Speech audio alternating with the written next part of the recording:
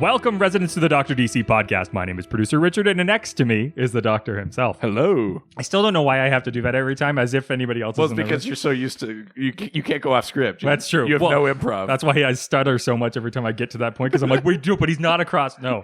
Kitty corner to me is the doctor himself. Yes. It's actually approximately 9 inches. Each week we talk about the weird and wonderful world of DC while fielding questions from listeners. Who says like that you. independent comic book podcasts are bad? Today we are joined by, I think I was going to say our most guest, but I think that Stratus may have... Stratus has more episodes. But time... But I think total length of episodes... Lapse a few times, I think. I think it's Kyle. This is only my third, isn't it? Yeah. But in hours... How many does Stratus have?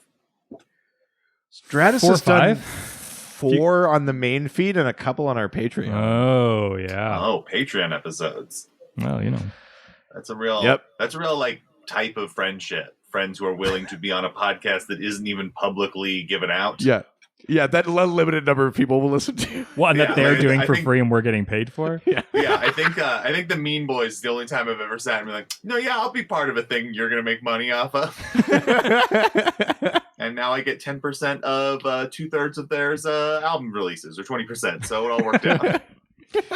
Well, if I don't need to explain who this person is, because if you're listening to this podcast, you're probably from This Is Rad. Yeah, you've come to us from This Is Rad.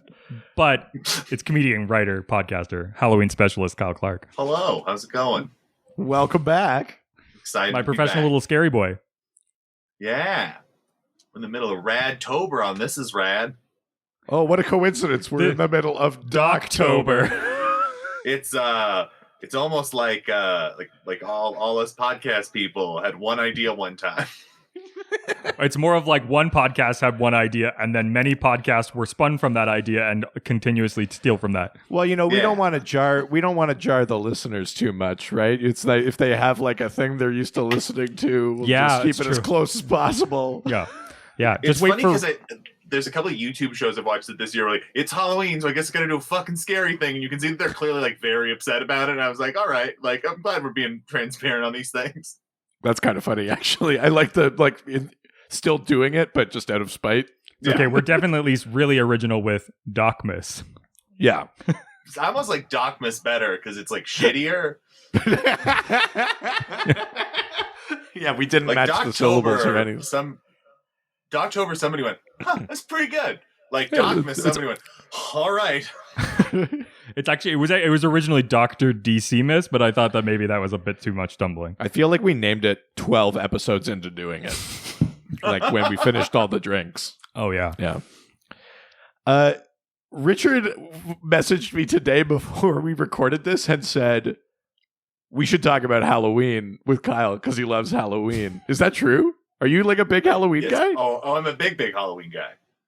That's like his, this is his season. But like, do you go all out on like the costume and stuff like that? I am not a costume man. I've never been a big costume guy. I'm a big fan of like the seasonal haunt attractions and decor.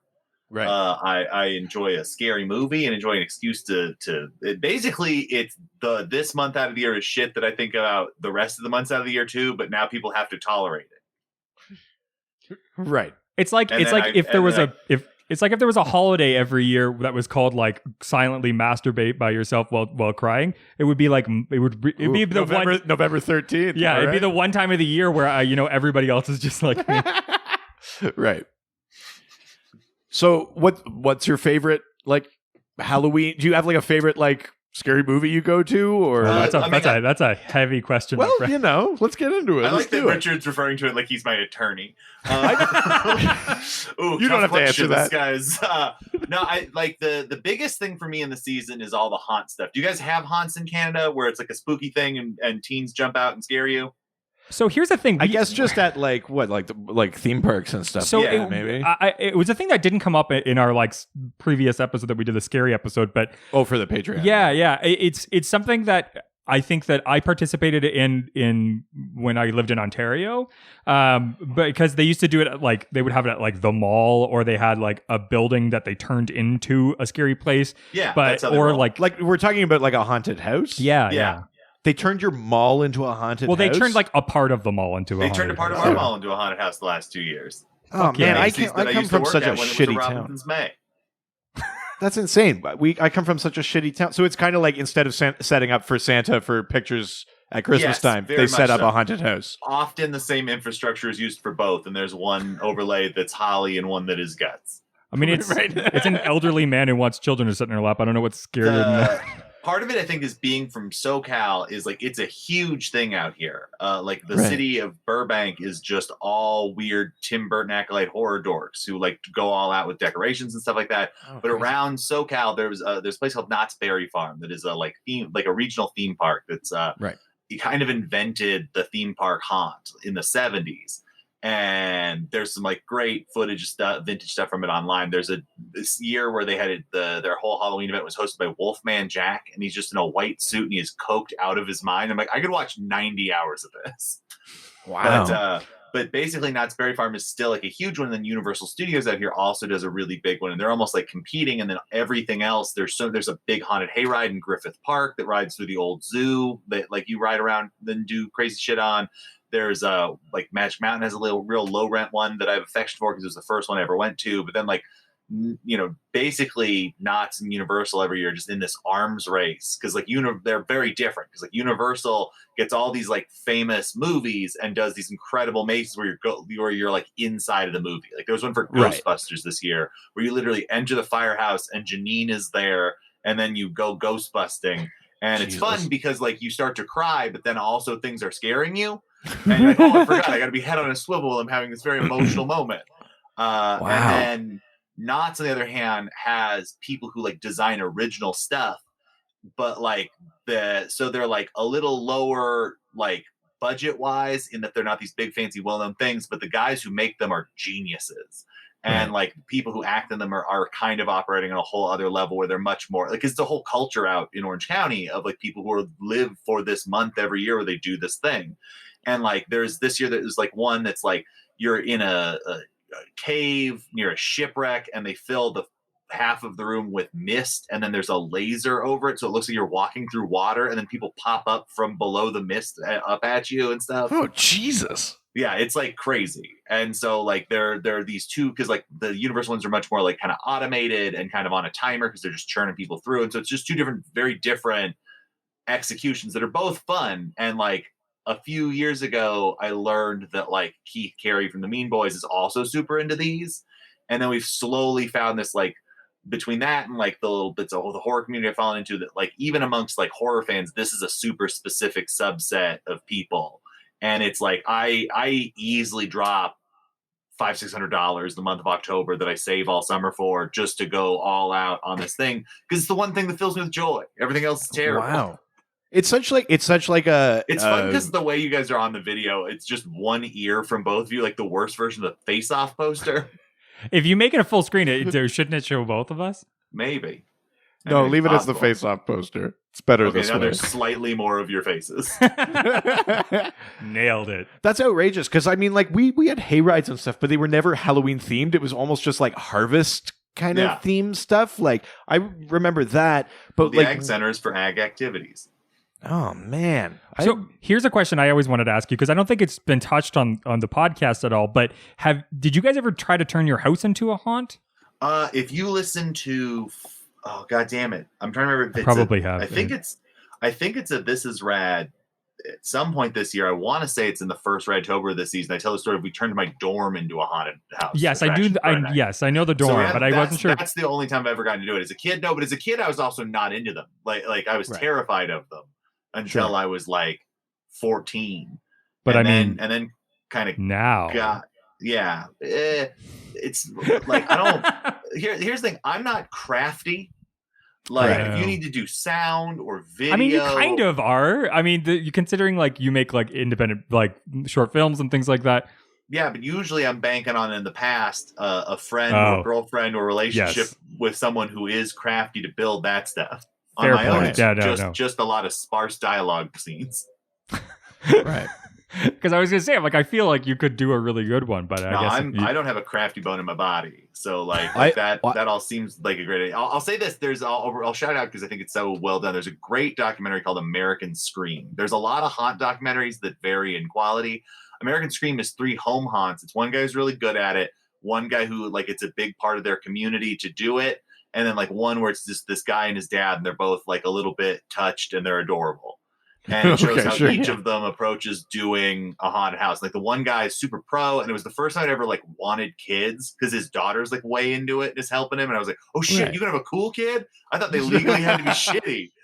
And then the 2 dorky guys are so sweet, and the other guy has a heart attack and can't do the haunt, and so the community comes together and builds it for him while he's in the hospital.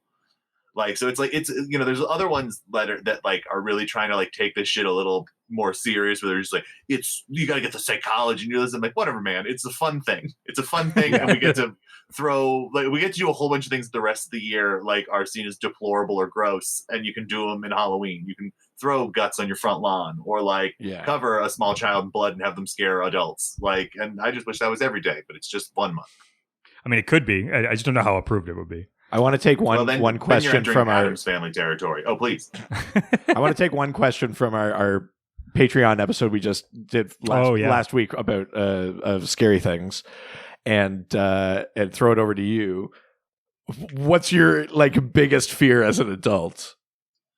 I mean, cute answer, real answer. Well, I mean, besides crippling anxiety, Richard is legitimately afraid of deep sea and open ocean. Yeah. Oh, okay. I'm legitimately afraid of heights. I mean, mine is probably dying a sad, pathetic failure. But number 2 is for sure snakes. Yeah. Cool. Snakes. Yeah. Snakes. Yeah. So the worst thing to do would be to die a sad, pathetic failure by snake. Bitten. Oh yeah. Oh, if I had an existential moment and then a snake bit me, that'd be bad. Or you finally got the opportunity to make a film, and it was everything you ever dreamed of. And on day 1, he walks up, gets bit by a snake, and dies. Or the film he has to. Yeah, you're winning at that point. Okay, that's fair. Yeah. Or the film he has to make is the reboot of Snakes on a Plane. I'd make that in a heartbeat, though. That's true. Yeah. I think they're terrifying. I'm also I've probably watched more documentaries about snakes than anything else on planet Earth because they're so fascinating, but also just evil devil monsters. Sure, it's about overcoming it. I can appreciate. Yeah, that's fair. Yeah. They're so evil that the Bible is literally yo, watch out for snakes. Real early on in the book. That's true. I mean, that's chapter 1. Yeah, it's fear snakes. Also, I've got a kid. Oh man, that snakes show up way before Jesus in the Bible. Yeah. That's a good if you're going by order of appearance, he's a solid page away by the time JC appears. It's what exists: light, man, woman, tree, apple, snake. Snake. Yes, it's number 6. Yeah. Oh my god! Now, was this fear of snakes as a kid thing? Has it been always, or did it develop? Oh yeah. No, it's just they're legless monsters. I think spiders are scary, but I've killed a spider. I've never killed a snake because it's never needed to come out. I've killed a snake. Really? By accident. With the weed whacker, it was in the tall grass, and I just sliced it in half. Didn't you read that Stephen King book? Be careful about that tall grass. Well, yeah, this was years ago, but yeah. I carry that death with me to this day. You never forget your first. Weed whackers are a dangerous thing. Yeah, that's right. We don't have to worry about that now. Love the fact that there is an industrial tool with the word whacker in it. There's also a snow blower, which I enjoy. But snow blower makes a little more sense because, I can't think of another thing that the snow blower is doing besides blowing the snow. Maybe snow melter. I thought they called them throwers now. I thought they called them snow They throwers. do, Yeah. Well, fuck that. Yeah. I think people were getting confused about whether or not it blew or how much snow have you guys gotten so far? It's actually snowing right now. Yeah, it is snowing right now. A couple of weeks ago, we got half a foot. Wearing shorts. Look at these gams. Jesus, I don't know if it is 70 something. Oh god, I don't know if you can see outside. Can you see outside at all? It looks like a Canadian summer. Yeah. Oh yeah, but you should come back in a couple of months. It'll be real nice. I've figured out that all the photos that Richard and Jess send me of nice Canada are a lie. Yeah, it's actually Vermont. They forgot to pull the watermark off one of the photos from fakepicturesofcanada.com. Well, it didn't help when I brought you up here. Yeah, you brought him up not only when it was kind of cold, but also kind of slushy and sort of turning to spring. Yeah, it wasn't the ideal time. Yeah. Unfortunately, people don't come out to things during the summer here. So well, that's true, yeah. Everybody's out camping.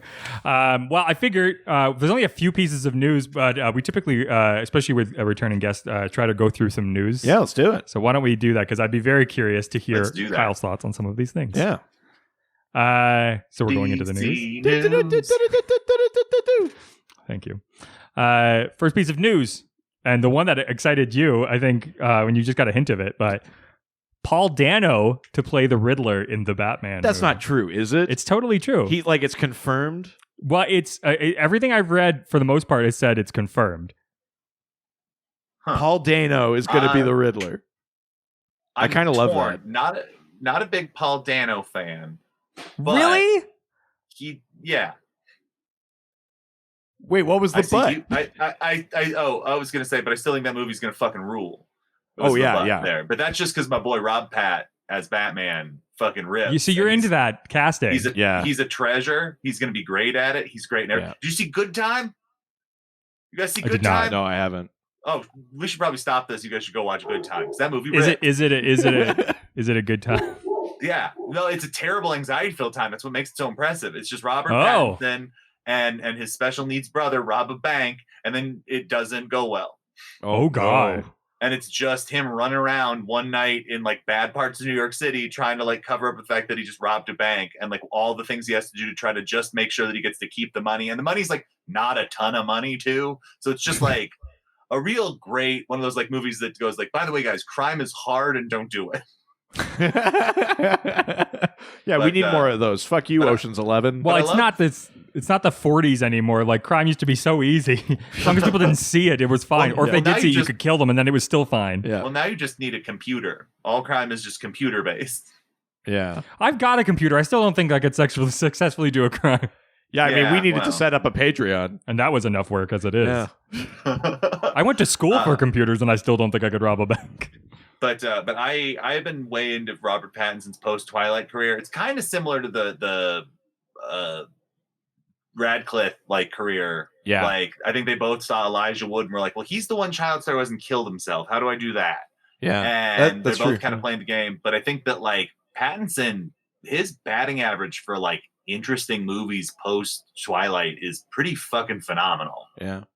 Even one that I don't necessarily love, like Cosmopolis, is not like a great movie, but he's really good in it. And really, like he became Cronenberg's little muse there for a hot minute. Yeah, that's true. Yeah. Like, and I mean, you got, anybody who Cronenberg thinks is a good idea, I'm going to fully support. Is it kind of weird that now I'm getting to now just this conversation has gotten me to want a Cronenberg Batman? Oh my God, that would be the greatest thing in the world. Are you kidding me? Man Bat? Clayface, Man Bat. Dude, the body horror, like. Yeah. Oh yeah, dude, that'd be amazing. Fuck. Like do kind of a riff on the 60s Batman movie, but with a different combination of villains, so you can go more body horror with it, but just turning the UN into sand. Oh fuck! I need to make some calls. Yeah. But I mean, but I think Dan would probably be great. The Riddler is such a tough villain because like he's never not dorky, because at the end of the day his name is still the Riddler, the guy who does riddles. I mean, it's kind of fun. Probably his most recent comic book appearance was a one shot for this Year of the Villain thing that's happening. Yeah. Where he's the one villain that Lex Luthor doesn't give a gift to, basically, and he's like, why not? And it's him and fucking King Tut. And like talking about how this time they'll get Batman, and he realizes that he's a fucking like joke of himself. Yeah. In comics canon, the Riddler is like, well, fuck, I'm the Riddler. But that's also like, I love that, like, but 10 years ago, he was Hush, and he was the one who planned it all the whole time. So, like, they still play pretty fast and loose with, like, periodically, it just got to go, no, this guy's not lame. This guy's great. Look at him. Just, like, trot him out. Also, like, I feel like there's a selection of like comic book villains that are only popular because they were put on the TV shows so early because they were easy to do. Yeah, because they had a gimmick. Or yeah, because it was like, wow, he doesn't have powers. He's just Riddler. It's easy. We put him in a freaking green costume and send him. You put a question mark on a building and you know whose episode it is. It's really easy to do. He really lends himself to TV show episodes because you get to write a little in-house mystery. Yeah. You know, and to me, that's just such a like funny conceit is that like, but like, you know, and like I am a Batman Forever apologist. I genuinely enjoy that film. And I think that like Jim Carrey did do such a good job doing the most sensible version of the joke of the Riddler. Yes. Like again, Tommy Lee Jones is doing Two-Face no favors in that movie. But as far as a Riddler story goes, there's worse things out there. This is so funny because I actually feel the exact opposite. I know, and I feel the same way. I like Tommy Lee Jones as Two-Face, and I wish the Riddler wasn't. And I love the Riddler, and I fucking hate Tommy Lee. Two-Face as a character in the comics, no, it's just the only time I've seen Tommy Lee Jones act at all. If by that you mean just like too big and badly, then yes, that is the one time he did that. Because like, thank you. Oh, this is beautiful. I love having Kyle on here. No Country for Old Men, where he's acting his balls off and gives that terrifying monologue at the end. But he's just Tommy Lee Jones in that though. It's so funny to me that your criticism of Tommy Lee Jones is basically my criticism of Jim Carrey, that it's too big and bad. But I think that the difference is like what you're doing with what character. Like I think that like Harvey Dent's such a tragic, like one of the darker Batman characters, and like literally like the fact that he's Harvey Dent, like Two-Face is just in that movie going, I'm Two-Face, yeah! Like has no backstory, has no information. He's just like, as long as we don't give any backstory, people won't notice that Warner Brothers told the black guy he couldn't play me. Like, well, yeah. I would have preferred story, Billy D. Williams, but about them offering Billy D. Williams like an insane amount of money to not be in Batman Forever. It's such a crime. All right, let's go to the next piece of news. Talking about casting. Another not as exciting in casting, in my opinion. Zoe Kravitz cast as Catwoman in the new Batman film. Why is that less exciting? That's amazing. I'm more excited about this one. Yeah, I'm way more excited about this. Yeah. Why not? I don't know. Anybody with the last name Kravitz, I don't want to see in a movie. I hope that the theme song for this movie is American Woman. Fuck. Every second Lenny Kravitz is acting, he's not playing his shitty music. So like we should I guess, but and also Hunger Games, he was so good. I want Robert Pattinson to be putting like on the suit piece by piece, and then you just hear. Oh my god! And then he smashes a beer bottle on the ground. But I'm trying to, because I know Zoe. I'm trying to think what I just saw Zoe Kravitz in recently, and she was really, really good. But like, I think even in a terrible movie like that fucking Grindelwald one, she is good. Oh yeah. You know, like she's solid. I blacked out during that movie, but yeah, and you're right too. But she is very, very good. I think this is awesome casting. I love this. Yeah, I am glad that we're going that we're taking another swing at the like having like a black person play Catwoman, because I think that's a far better version of it. It's kind of how Frank Miller always wrote her. Yeah. Like I feel like she's always a little more pan-ethnic when Frank Miller was writing Catwoman. Yeah, and I think maybe in comics canon now she's like Latinx, but like Eartha Kitt played Catwoman in the 60s. Exactly. If they could do it in the 60s, we could do it now. Yeah. Like, you know. And so I think it's a fun. I think that I'm like so mostly done with superhero movies. I did see Joker. We can talk about it at some point in this if we want, but like we haven't seen it yet. Yeah, we haven't seen it. We'll do a Patreon episode with you. Haha, there we go. Oh, if only you guys had some sort of podcast for that hot button DC property thing that was happening. Oh god. It's not like you fell off the job entirely. Like for that, but you had one job, guys. I know. I know. Oh, I feel like it's hard enough to see movies. It's hard enough to see movies in the Yukon, let alone with a kid. Especially when they show it for like 3 days. Yeah. And then it's gone. Ooh, yeah, legitimately, like any movie here, it's just like 3 days, and it's like, oh, never, it's come, never mind. Well, it's but like I am pretty done for the most part with superhero movies, but this Batman one, it just feels like every time they announce something for it, I'm just like, that does sound pretty good. Like, like I've yet to have a point in anything they've announced where I'm like, well, I don't think that's. I'm like, God, this movie sounds like it's gonna be like a genuinely entertaining film. Well, that was like us with the Joker, where it was like we were like, "Oh, they really shouldn't be making this movie," and then they'd be like, "Yeah, but check it out," and we're like, "God damn it, that looks good." I give it a solid 7.58, somewhere in that territory. Yeah. I still don't think I mean, without having seen it, I still don't think it needs to exist, but I'm morbidly curious. Absolutely not. There's zero reason for this movie to exist. 100%. Right. But like, you know, that it didn't destroy North America, and so that's good. I'm sure glad that happened. I mean, if that's what you're shooting for, then yeah, did a great job. Like all the reviews leading into it, like the advanced reviews were so funny because they were all the same review where it was like, this movie's pretty good. I don't know though. Like, just to a person, that was every review. It was like, I want to say I liked it, but I also need you guys to know if somebody gets shot that I was worried. It does feel like that. Everybody was very hesitantly reviewing this. Because no one wanted to be the review that they held up on CNN that was like, 100%. We were told it would be great. Yes, absolutely. That is so what was happening. Like, and so they said this movie had a lot of great ideas. What does that mean?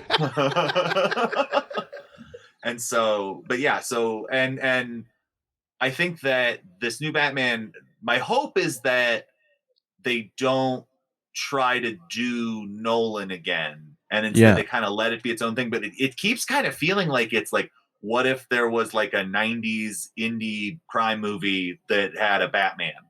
I think the thing that I had heard was that maybe Matt Reeves' sort of general idea, like over 3 movies, was eventually introduce like multiple members of the Bat family. Like really like that'd be amazing. Dive into the comic sort of side. So much less of the Nolan thing where it's like, it wouldn't make sense for an orphan to flip off a roof. Yeah. It's, you know, I'm curious where they go for it. It's especially like post like the Morrison run and the subsequent work afterwards. Just the fact that like they secretly tricked Batman into turning into a superhero team is like a weird thing. Yeah, that's true. Yeah. Like I remember like reading and going like, okay, so we've got Nightwing and Lil Batman and Red Robin, and fucking he's called Drake now. Yeah. And then what's the other one? Oh, and then Red Hood and then Batgirl and Batwoman. It's just like I'm glad that lone protector of Gotham City and Batwing, the Signal, Black Bat or Orphan, Cassandra Cain. Spoiler. Yeah, as soon as they opened it up to like the Batman Corporation, that was when things got. Yeah.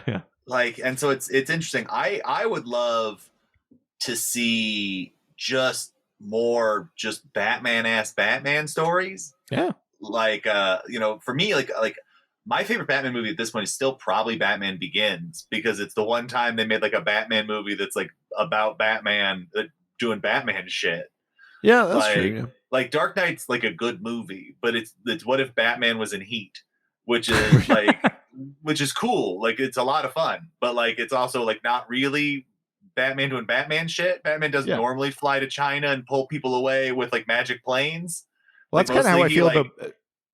I sort of feel like Batman Returns is a pretty solid comic Batman movie 100%. Too, because you get some of like the grim, grotesque, realistic stuff, and then you also get like penguins with rockets strapped to their backs. Yeah, and like kidnapping children and like But it's like I just remember like in 2005 sitting in the theater seeing Batman Begins, and there's that moment where they're at the docks and he's just like picking off the guys from the roof, and I was like, holy fuck, they made a Batman movie. Yeah. And it's so weird to think that like that's still so hard for people to do, is just like make a movie where Batman does Batman stuff. Yeah, that's true. Jeez. All right, let's go to the next piece of news. Now, Kyle, I know that you are not in the Arrowverse at all. You're not watching any of those shows. But I am an ally to the Arrowverse. I don't. And I think one day you're going to catch it. One day you're going to watch Legends of Tomorrow, and you're going to be so happy.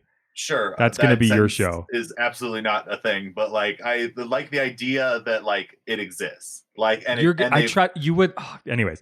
They put a lot of deep cut characters I enjoy into the show. I'm very excited. I do have to tell you, I meant to text you, Richard. I did perhaps get a bootleg copy of Doom Patrol. I have not dived into it yet because Letterkenny's out. Oh my god, please. All I want to do is talk to you about that. It's so much what you want it to be. That I mean, Swamp Thing is kind of tied with that for you, I think. But definitely Doom Patrol. Yeah, I'm excited for it. Like I genuinely plan to enjoy it. But again, gotta work my way through scary movies and Letterkenny. So November 1st, I'll dive in. I mean, I appreciate it, but god damn it. But like, look, man, sometimes Canadian stuff is more important than comic and I get that, and I feel like I'm part of that, so I'm okay with that. Like, I just want to see where your allegiances really lie. It's like, I don't feel that way.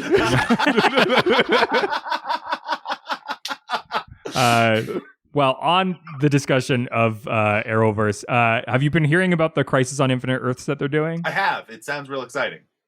It's so many announcements. Yeah, this thing's going to be 14 hours long. Yeah. I can't believe what they're doing. And they just announced today that Crisis on Earth Infinite Earths adds Stephen Lobo as Jim Corrigan, also known as the Spectre.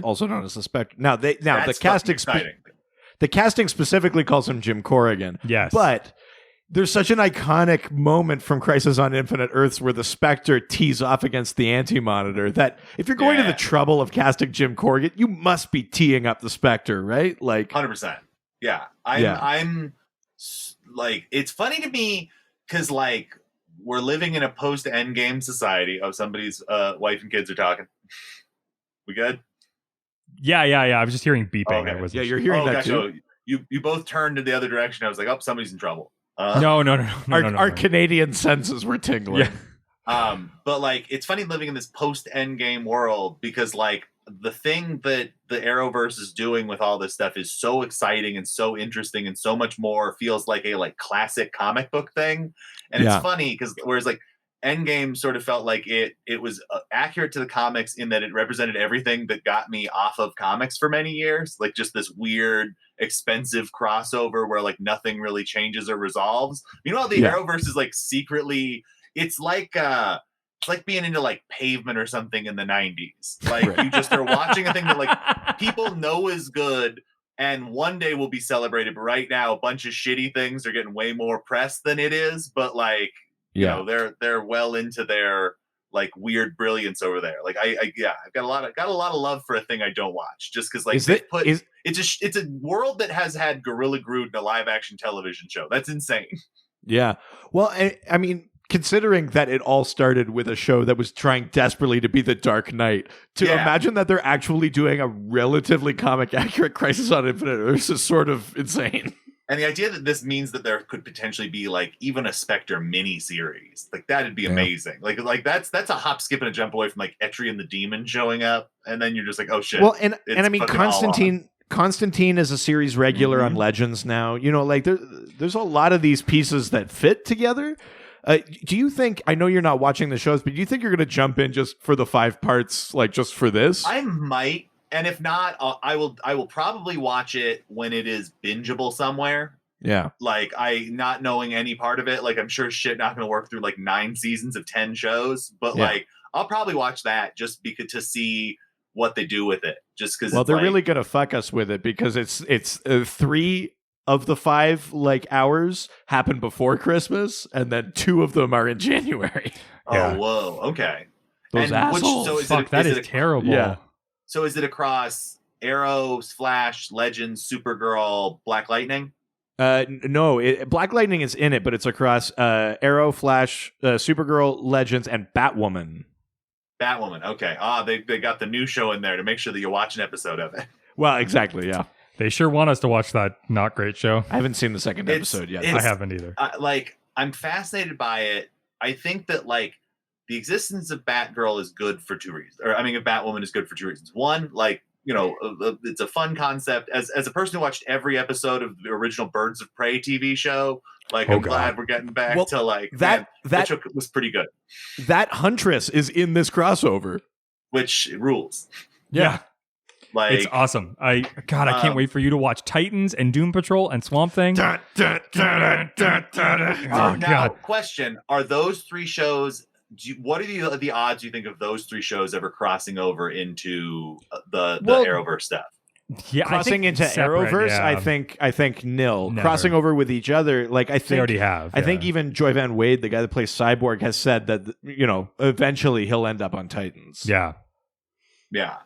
I think I just think it'd be cool to see, and I don't. The only reason I don't think it's impossible is because both Supergirl and Constantine both started on other networks and found their way there. Yeah. And it's true. not like the company that owns both properties doesn't like, that's at least the nice thing is like with the fact that it's not only DC, but like Warner, like the fact that you can feasibly like, as things are trickling down or something goes, like, what if we just broke it all open and just like went fucking ape shit? Like, well, especially depending on Lucifer is going to be in there. It's fucking rad. Yeah. What's going to be interesting is how this Crisis on Infinite Earths ends. Like, if they're going to do the combined I think it's one Earth, and man. if they do that, then it gets really easy to do that, and you have a lot of opportunities. Especially because, I mean, how the fuck are they going to like up the game next year? Can I ask a super nerdy question? Yeah, of course. Do you think they'd like sneak even just like Robin from like from the Titan show into like one scene of Batwoman as like a Hail Mary to get people to watch? I don't as like think the January so. episode. Do you know what I think would be more likely? I mean, I'm going to propose something that's also unlikely, but I think more likely than the Titans Robin would be like some sort of weird Chris O'Donnell cameo. Let me throw an alt version of that then. Then there's then this is the version I want to see if we're gonna do that. And in a world of like with the Batwoman and we're playing fast loose, because the other thing I always say about with Batwoman is like it gets us one step closer to just letting Batman have a fucking TV show, which is where he's supposed to be. They really don't want to do that, do they? No. The problem is that they know it would be good, and so that but it would. Well, and they can't like, make those. fuck over. No, well, then nobody. They'd be like, "Well, why would we can't make movies that clearly wouldn't be as good as a Batman TV God, show?" I hate that mentality so much. I like DC when they were the underdog. Yeah, and what's fascinating is like, I don't know. It's just weird that like they don't just give the keys, but I almost feel like that's what keeps the Arrowverse stuff honest, is that it's like scrappy, because it almost kind of reflects the things I like about DC Comics in general, is like when they're kind of scrappy, lesser tier characters. I mean, we still have a world where like a Justice League International could get a show, and that would make me the happiest boy in the world. That's just like an Ally McBeal style workplace comedy. We Rip Hunter exists in the Arrowverse. Yeah. You can have his dad be has Booster. Maxwell Lord popped up into the Arrowverse at all?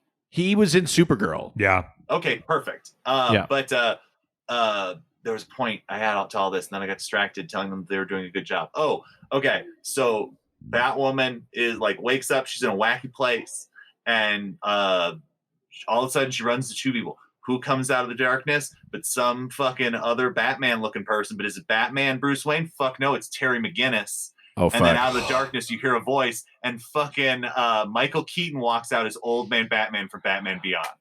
I would die. Yeah. That's it.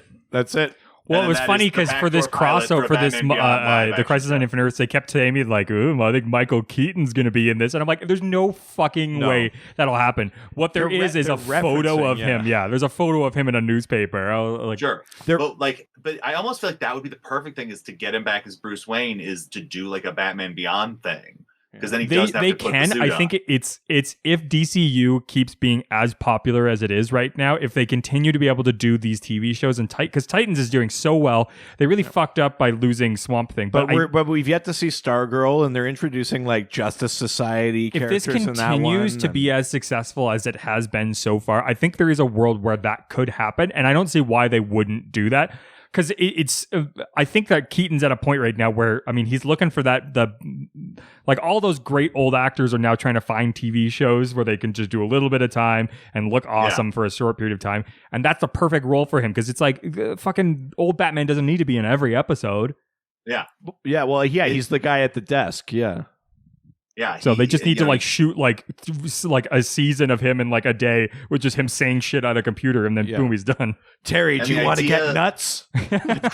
Well, the idea then that it kind of implies that the Burtonverse Batman is also the Batman Beyond world is kind of the best thing ever. Where you just sort of imply that stuff is canon. I have a theory that just in the way that Brandon Routh's Superman from Superman Returns was meant to be Christopher Reeve's Superman, exact same one. I have a theory that I think Kevin Conroy, because they cast him as Bruce Wayne, as an older Bruce Wayne for this crossover, that he's meant to be the older version of the Burtonverse Batman. That's my feeling on that, is that he and Brandon Routh as Superman come from the same universe. How long do these news segments normally go for? Is it 40 minutes? It's it doesn't. Who's counting. We let them off the leash, baby. See, Yeah, I may have to cut half the news pieces out so that we can end right now. That's fine. No, Let's... But it's a good Hail Mary since I'm wildly unprepared for the actual topic. Well, speaking of that, this is week 4 of Doctober. My favorite is that Kyle's been super horny to do Fourth World, and I told you, and you're like, all right, I know what I'm gonna give him. And you give me the non-Fourth World book. I have plans for the Fourth World, but our Doctober theme is dystopian futures. Fourth World is not it. We're doing this. So funny. I just know that when I finally listen to whatever your episode is, then just Richard gets 4 pages of text messages of rage. When I have opposed to normal. I have a feeling our Fourth World episode will come out in 3 parts. So, I didn't even think about that. We've never done that. That could just be Docmas. Instead of recording different episodes, all 12 episodes, it's just me progressively getting drunker as Kyle talks about Fourth World. It's just 12 installments of Fourth World. It just turns into a version of what's that? The talk radio. So it's just me in a dark room smoking a cigarette, talking real close to a mic, so let me tell you about a little son of a bitch named Stan. This is your Dan Carlin's history, but it's yes. 2 worlds, New Genesis and Apocalypse. What if the heirs to both were swapped? Nature versus nurture. That's our first question. Today on Dr. DC, the Fourth World. But part 1 of 9. Cue acoustic guitar. Yeah. That's when NPR buys out your podcast. That's right. Yeah. But because it's Doctober, we're doing dystopian futures. That's right. We're doing futures where things have gone horribly wrong for humanity. And so I thought a fun so one different to do, from reality. Well, yeah, I mean, we're headed there. So I thought a fun thing to do would be to animal people, though. They got a better dystopia than we got. That's true. We're looking at Jack Kirby's vision of the post-apocalypse, which is Earth AD, or the After future disaster. from Kamandi. Which I keep wanting to say is Kid Kamandi, because he's the last boy on Earth. And Kid Kamandi just sounds like a rapper a girl I'd like in college would be into. Yeah. I keep telling you, we need to do that episode of This Is Rad that's just about that girl I knew in high school. But look, we only met that the one one who time. smokes. And other than that, we just talked on AIM, and she got me to join Friendster. Friendster. Hell Jesus. yeah. Fuck. Speaking of dystopian futures. She worked at Claire's. She did tattoos. She did piercings. There's a dystopian future somewhere out in the hyper time where instead of Zuckerberg testifying before Congress, it's the guy that invented Friendster. The Friendster movie is a lot of fun. That's what fucking either Canon or Roger Corman, when the Facebook movie was out, should have been also had a Friendster movie that came out. That would have been amazing. Or we're talking Kamandi. One, it just stars robots. It's the comedy one. It's like when they did 30 Rock and then they had the Studio 60. Oh yeah, that's right. Yeah. We're talking Kamandi, the last boy on Earth. It's the world of Earth AD. It takes place after a thing called the Great Disaster, where humans are wiped out and basically the world is replaced with warring factions of anthropomorphic intelligent animals, tigers, rats, monkeys, all sorts of different things, and they're fighting over basically what's left of the scraps of human civilization. It's a fascinating book. The backstory of it was that Carmine, I always want to say Falcone, but that's not it. What's his Infantino? Infantino. I always want to say Carmine Falcone because that's the mobster from Batman. Yes. It's Tom Wilkinson. The other but one. Yeah. Infantino is hey, we should do a ripoff of Planet of the Apes. Yeah. We just got Jack Kirby. Jack Kirby, you want to do a ripoff of Planet of the Apes? And he was like, is it work? Then yes. And then he learned that he had actually written a thing that was basically Planet of the Apes in 1940-something. And also had a book about a young boy in an apocalyptic world in the 40s. So he was like, I'm just going to lift these 2 things I already made 20 years later and put them out. What we get is a perfectly solid middle of the road Jack Kirby comic. Yeah, I mean, Kamandi is one of those things that I think people maybe kind of hold dearer to their hearts than it is worth. Like, I don't know that quality-wise Kamandi lives up to, like, I mean, it doesn't live up to things like the New Gods. I don't even know that it lives up, though, to Challengers or stuff like that. Oh, absolutely but it's like, not. Like, but it's that like, was going to be my thing. I'm like, you didn't even give me Challengers the Unknown. But it is kind of fun and weird. People. Please continue. No, I was just saying it's fun and weird, and it's one of those things that, like, since then, it's become one of those, like, touchstones that when you want to reference, like, the epic history of DC Comics, you throw in a Kamandi reference. Yeah, he's in the same conversation as Batmite and Ambush Bug. Yes, absolutely. Or Mr. Missile Pixic, like things that are like kind of stupid in the DCU, but like it's a real secret handshake. Yeah, yeah, absolutely. And I think, like, God, this is going to be me getting comic booky as fuck with this following sentence. Is like, I feel like Kamandi's affection is DC trying to, like, show love to its character in the way that Marvel has never done for Khazar. Who the fuck is Khazar?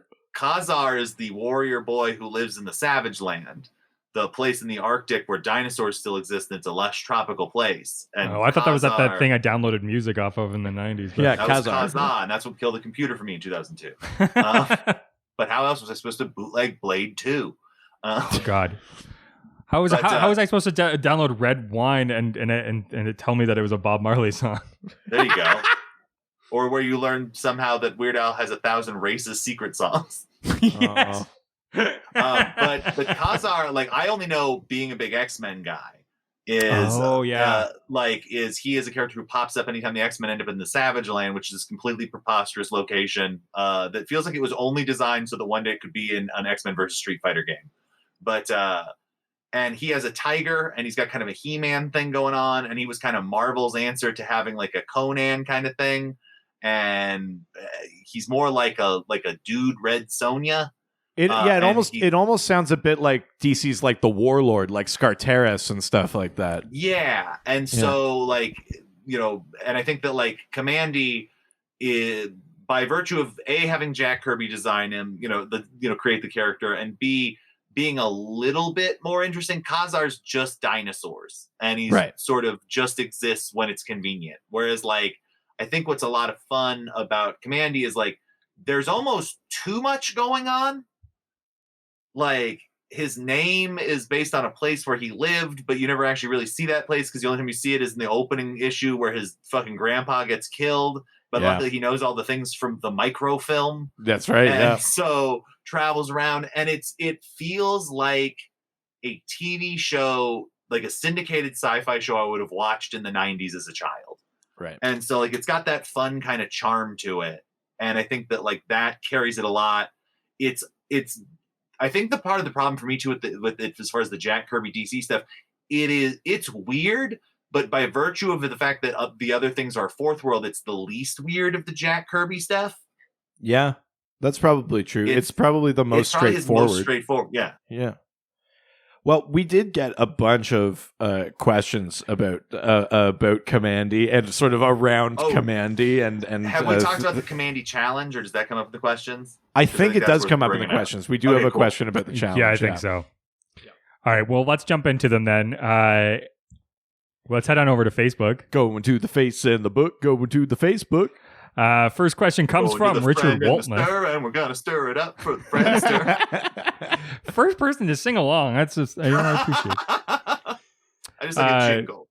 Richard Waltman asks, "Was this an influence on Why the Last Man?" Well, we didn't write it, so I don't know. Next question. Interesting though, because it's definitely like you see like some of the same moving parts. I think that like you could see it, but also like it is also just at its core Planet of the Apes. Like, and like, so as much as Why the Last Man is in there, in that it's like a desolate apocalypse, but like there's still for sure like animals with human legs riding on horses. And so like, Why the Last Man doesn't have that element of like mutant civilization to it. Why the Last Man always felt like it was more indebted to like The Last Man on Earth, the Richard Matheson, like, you know, the I Am Legend kind of story. I would hesitate to. Yeah, I'd say they're probably separate. I mean, it's one of those things where it's hard to attribute like what all of the specific like. Yeah. I like things that you might be drawing from are, is it possible that the guy that the people who made Why the Last Man read Kamandi? Like, yeah, maybe, but the answer is probably no. But yeah, I mean, I would say no. Basically, that was a weirdly quick question to answer. I know, I appreciate it. Yeah, well, next question comes from We've Only Just done.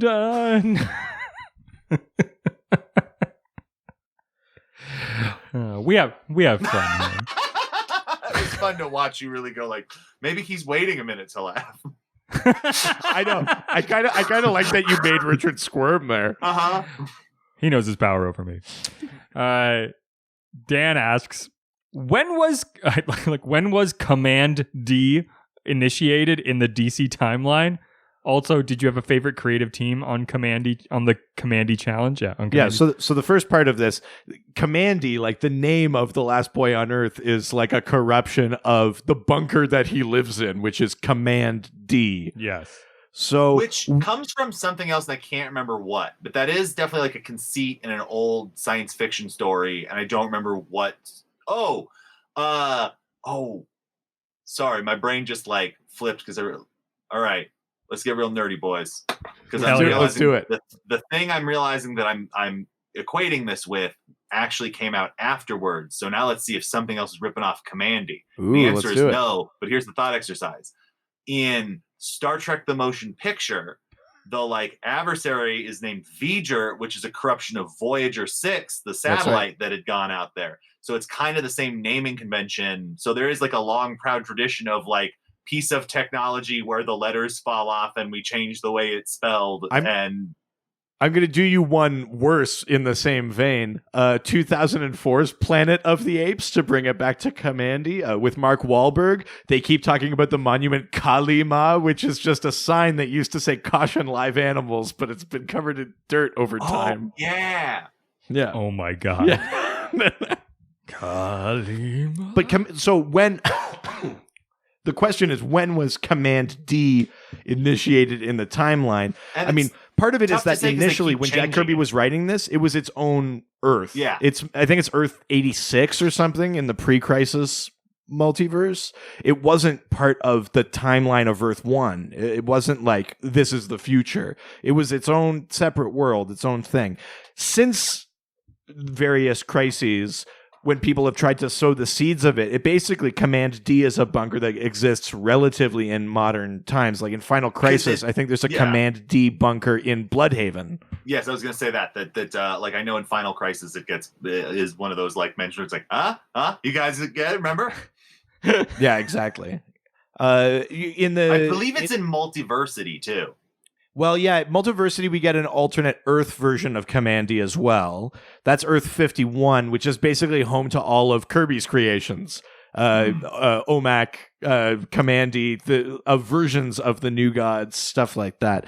But in the main continuity, Scott Snyder, in his big sort of Justice Doom thing that's happening right now, the Trinity have gone to the future, and it's Kamandi's future. So yeah. Obviously, there's always multiple futures, but now there's also a Kamandi in the main timeline, part of the main continuity's possible trajectory. And I think you see Kamandi as well in Bendis's like big Legion of Superheroes Millennium thing that takes you basically from present day all the way through to the 31st century. So I think Kamandi is pretty firmly put in as part of our future. There is a great disaster at some point. By the way, I'm gonna throw this out there. I'll have to get the doctor's Venmo, but like if Kamandi gets mentioned at any point in the Infinite Earths crossover on CW, I will send both of you $1 on Venmo. That would be something. If we got a spin-off Kamandi series from Crisis, that's a big jump for the DC execs. I like that it's like mentioned to getting his own spin-off. The best you'll get is that someone like wrote it on like a whiteboard in the background of a scene. Just wait, though. I'll get $1 if it's mentioned. I want $100 if we get. I think the way you like it gets mentioned, and I don't think it gets its own show, but that could for sure be a pretty good two-parter on Legends of Tomorrow. Well, yeah, that's a place where that could be a crossover for future things. Instead of doing multiverse, you just do time travel. Yeah, something like that. Yeah, definitely. So the second half of this. Did you have a favorite creative team on Kamandi Challenge? Do we want to talk a little bit about Kamandi Challenge? Oh God, it's a super cool concept. It's definitely one of those things I looked at. I was like, why does this exist? Like, it's for those who don't know, it's a comic they put out that I believe I have it on my iPad over here. Like, and it is a bunch of different artists and writer teams working together to put stuff out.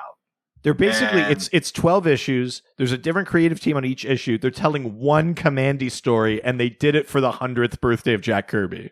Yeah, and it's a lot of fun. And the I believe the first one is a Jack Kirby story that he started and didn't finish. Yeah, and then I believe doesn't Darwin Cook's in there, right? I think so. Darwin Cook's in there.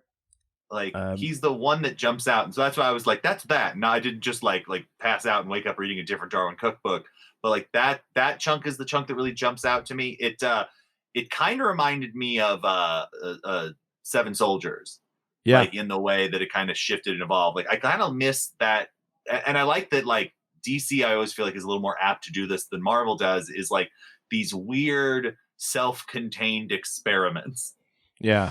You know, and Kamandi Challenge, I feel like, is right in kind of the same time period as Seven Soldiers of Victory, where it's like, yeah, fuck it, whatever. Like, I mean, if I had to Marvel pick less in the mid 2000s, if I had to pick a favorite, I'd say it's the final issue. It's Gail Simone and Ryan Sook. That one is really good, and it's because it starts where the previous one leaves off, which is Kamandi is falling from space, and then. There's a Kamanda, like a female, like a last girl on Earth. Fucking course. They play that for some jokes, but it's very like touching. Like there's stuff about Kamandi's history in that issue. Like it's a pretty interesting one. I like that one a lot. It's a super fun thing. I'm like glad it exists just because like it feels like everybody making it is just having a good time. Yeah, definitely. And. You know, I guess I'm just a sucker too. That like anytime a group of people are like, "Let's do something for Jack," like I'm just like, well, all right then. Like, what am I going to do? Argue with that? Yes, let's celebrate that brilliant old man again. Yeah, totally. Yeah. Oh, I appreciate that. Thank you very much. He doesn't sound he sounds like Winnie the Pooh. He sounds like Winnie the Pooh. He doesn't. No, he sounds like David Johansen from Scrooged. No, listen to the. I literally was like watching. I just made a visual gesture. This is a podcast, but I agree with Kyle. No, fuck that. All he wants is honey. He's a just Brooklyn don't old even man. worry Let's about play it. stickball and smoke cigars and then hit the stickball. Oh, I just with want his cigar. honey. Why do you think he sounds like Pooh Bear? Because I was watching a bunch of that Robert Kirkman history of comics, and all the interviews with him, it sounded like oh, there's a Rumbly in my fourth world. Yes, that's what he sounds like. But that's dying Jack Kirby. That's not young. Well, that's the version Jack that I Kirby, got to see. where he's just like, I don't make sure you don't fuck over all my money, Stanley. Oh, sorry, Jack. I like to get more and more vocal about it. I would love to see them do something similar for Ditko, though. Like, I want to see a Charlton Comics challenge. Each Ditko's issue you take on a because, different Charlton character. You have to deal with Mr. A at that point, Yeah. and just his like weird like Ayn Randian philosophies, like. Well, yeah, fine. That's the problem. Is like Steve Ditko definitely deserves the same run. He was just like he makes it more difficult for you as a fan of him to like really double down because like, also I was kind of a dick. We'll call the book Journey into Objectivism. Oh fuck! Now I want to make that. Holy shit, that would be awesome. I'm back on board. All right, let's go to the next question. We're leaving Facebook and heading on over to Twitter. Did Ditko ever work for DC? Sorry? Did Ditko ever work for DC? Yeah. Oh, yeah. I don't think I've ever seen a Ditko DC project. Did him and Arnold Drake ever hook up? Feels like those two are guys who would have made a really weird fucking book in the 60s. Yeah, it's true. It's funny. Arnold Drake, for those listening, I love him so much. Arnold Drake, creator of the Doom Patrol. And Dead Man. and Deadman and a bunch of other like really interesting characters. But at the same time, I feel like maybe more than any other creator, I feel like Arnold Drake's creations didn't really come alive until he wasn't working on them. Oh, 100%. Great ideas, just terrible follow through. Yeah, because Doom Patrol was pretty like generically superhero-y until it's pretty much fucking later. Weird though, too. Like it gets even weirder after he leaves, but like, but that's the thing is like all his books are like goofy, but still weird. Like, because the Deadman stuff reads the same way, where it's like it is still like he's not a bad writer. Like, again, no. I could just rail on Stanley all night, but like it's not unreadable the way like do it. Versus some like I mean like a lot of Silver Age Marvel is unreadable. Yeah. Like, hey, true believers, Deadman here. Like, whereas like the Arnold Drake stuff always feels campy, but I feel like Arnold Drake's writing style in the 60s is what we think of when we think of like 60s writing stuff. Yeah. It's a little bit more of that, like, meanwhile, over here, like some weird shit was happening. Yeah, that's true. Yeah. All right. On Twitter, we have a question from Brandon M. Flick. Oh, my boy. Brandon Flick is one of my best friends on planet Earth. Oh, really? He's the guy who converted me from Marvel, saved me from Marvel and brought me over to DC. Don't you remember from episode 50 when Kyle told us this? I don't remember. That was almost 100 episodes. I don't remember episode 138. So from your podcast, like, no, you can't remember stuff that happens on a podcast. Jeez, I have a hard enough time remembering everything here that happens. That This Is Rad. I can't be bothered to listen to our own podcast. Brandon asks, where do you see Kamandi's impact and influence most in other books and stories? I remember him being referenced in Final Crisis. Because that was our other question. Sorry, please continue. I thought that callback was good. I thought I was going to get carried out on your shoulders for that. Never mind. Yeah, I mean, Kamandi is let's leave aside Kamandi being brought up in other things like Final Crisis or current Justice League run or stuff like that. But if we're talking about either like the type of storytelling or just some sort of kind of Kirby influence that we could trace to Kamandi, do we think Kamandi has an impact on DC in the way that the New Gods do? No, as far versus New Gods, absolutely fucking not. Well, but like in general, I think that like he does represent, like, in a weird way, like why they needed Crisis. Like, yeah, he is a perfect example of the kind of weird loose ends that DC got really good at.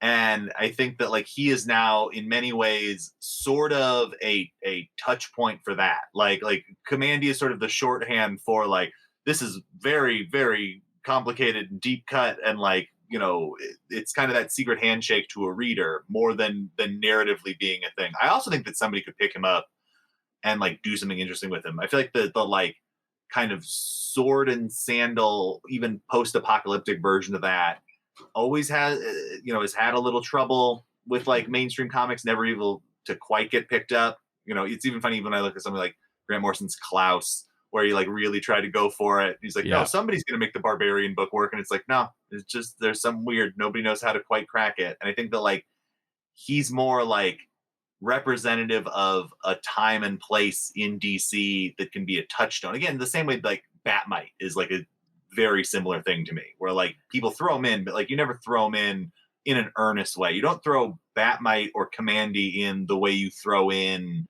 like Etrian the Demon, or like even like post Rock of Ages like Death the Black Racer and stuff like that. Right. Yeah, I mean, I have I'm gonna really stretch here. I don't think it's a direct influence, but a thing that I noticed about Kamandi is that in the very first issue, he gives you a map of the world. Yes. Kind of like we expect from like classic fantasy, thanks to Tolkien, sort of thing, right? Lord of the Rings move, and it's totally Jack Kirby going, "Look, I drew a map like that kid from England." but in a way, who's someone that kind of picked up on that? Is Morrison years later was like, "What if we map the multiverse?" Like, did we? You know, like there's almost an element of like, this is too insane of an idea to not represent pictorially. Yeah, and I think that like Kamandi's universe also is something that's so distinctly DC. It's just that it's like, it's just weird, but it also like is not trying to be weird. It's just inherently weird. Yeah, because I mean, like it's not I wouldn't say it's full of like weird sort of meta commentary. It's not like esoteric or anything, but it is like tigers on horseback and like rat civilizations and like devolved humans and stuff like that. I think that the it's just timing and circumstance. Like there is an alternate reality here where like a British comic book writer in the 80s at the start of Vertigo picked Kamandi as like a new dark weird Vertigo book, because like Animal Man, you know, and Doom Patrol and Shade the Changing Man, like so many of these things are you know, even Brother Power the Geek, like are also thoroughly in the same world as Kamandi. Like Kamandi easily could have also jumped into that Vertigo world and now be seen as way cooler than he is if like Brian Bullard had decided that that was going to be his first American book. Right. Yeah, I agree with that. Nice. All right, next question comes from Talking Superman, who asks, what are the conditions the humans besides Kamandi are in? Have they become less intelligent or simply more primal? Right. I always think of it as like Battlefield Earth, or like where it's like they just got, nothing like, should be like Battlefield Earth. Kamandi is kind of Battlefield Earthy. Oh no. Thanks, Jack. I like the part where they all jump into the volcano. But Battlefield Earth is also just kind of like elements of it are a little bit of rip-off Planet of the Apes. Like, yeah. So there's people in my room now, and I'm being taken away. I don't know that the humans are 100% meant to be like less intelligent. Yeah, but they're definitely more feral. It's like Nova from Planet of the Apes. Yeah. Yeah, I mean, we haven't really touched on the specifics, but in the history of Kamandi, it's the Great Disaster has something to do with radiation, though it is explicitly said it's not nuclear war. Jack Kirby was very clear about that. Something to do with radiation, but also the other sort of element here is right before the Great Disaster, some scientist was working on this thing called cortexin, which made animals smarter, and he gives it to a bunch of animals and then sets them loose when the Great Disaster hits, and he also dumps a bunch in the fucking river. Which I actually think if you did a Kamandi movie would be the coolest opening. Right. It's just a nuclear meltdown and then cut to a scientist seeing that on the news, just like lets all the smart animals out, and then just like an ape smoking a pipe is just like, thanks, chap. Yeah, exactly. And then like 10 years later. Yeah, definitely. So the animals have been given intelligence, but nothing about the Great Disaster explicitly makes humans less intelligent. I think it's just the idea, though, that maybe when civilization collapses, then that idea that we are above our animal instincts also collapses. Well, I also think that they weren't all smart like Grandfather and didn't think to grab all that microfilm. Well, yes, of course. Grandfather brought all that microfilm so Kamandi would learn what the world was like, which is not helpful at all. And then there's also, we haven't talked about it, but Ben Boxer and his two friends are basically this sort of genetically kind of engineered nuclear people, and they have this thing called a cycloheart that turns them into metal. And they have to wear shitty spacesuits over it. The people are constantly talking about how bad the spacesuits are. Yep. Yeah, it's many an unimpressed tiger taking his uniform away from him. Yeah, the more we talk about it, the more I recognize how strange it is. It's really also that, what's that book called? The I have like the trade for it, the first trade that's the Red and Tooth and Claw, but it's the animal like barbarian book that's out. Son of a bitch, Jackie Cation turned me on to it. And it's a really good book. I cannot for the life of me remember the name, but it's I think Boom does it or something like that, or maybe Avatar Press or something. But like, it's a cool thing that's kind of a similar vibe where like just without the human elements. But the nuclear people, it's so funny because you're like, oh, he lives in a world of animals. Also, there's nuclear people, though. I should have mentioned that before, but there was no good place for it. Well, yeah, because he meets Ben Boxer, this nuclear guy, in the office of Dr. Canis, a dog scientist. The Dr. Canis is fucking great, by the way. Can we talk about how great Dr. Canis is? The friendly dog man with bulldog jowls. Friendly dog that works for the Tiger King.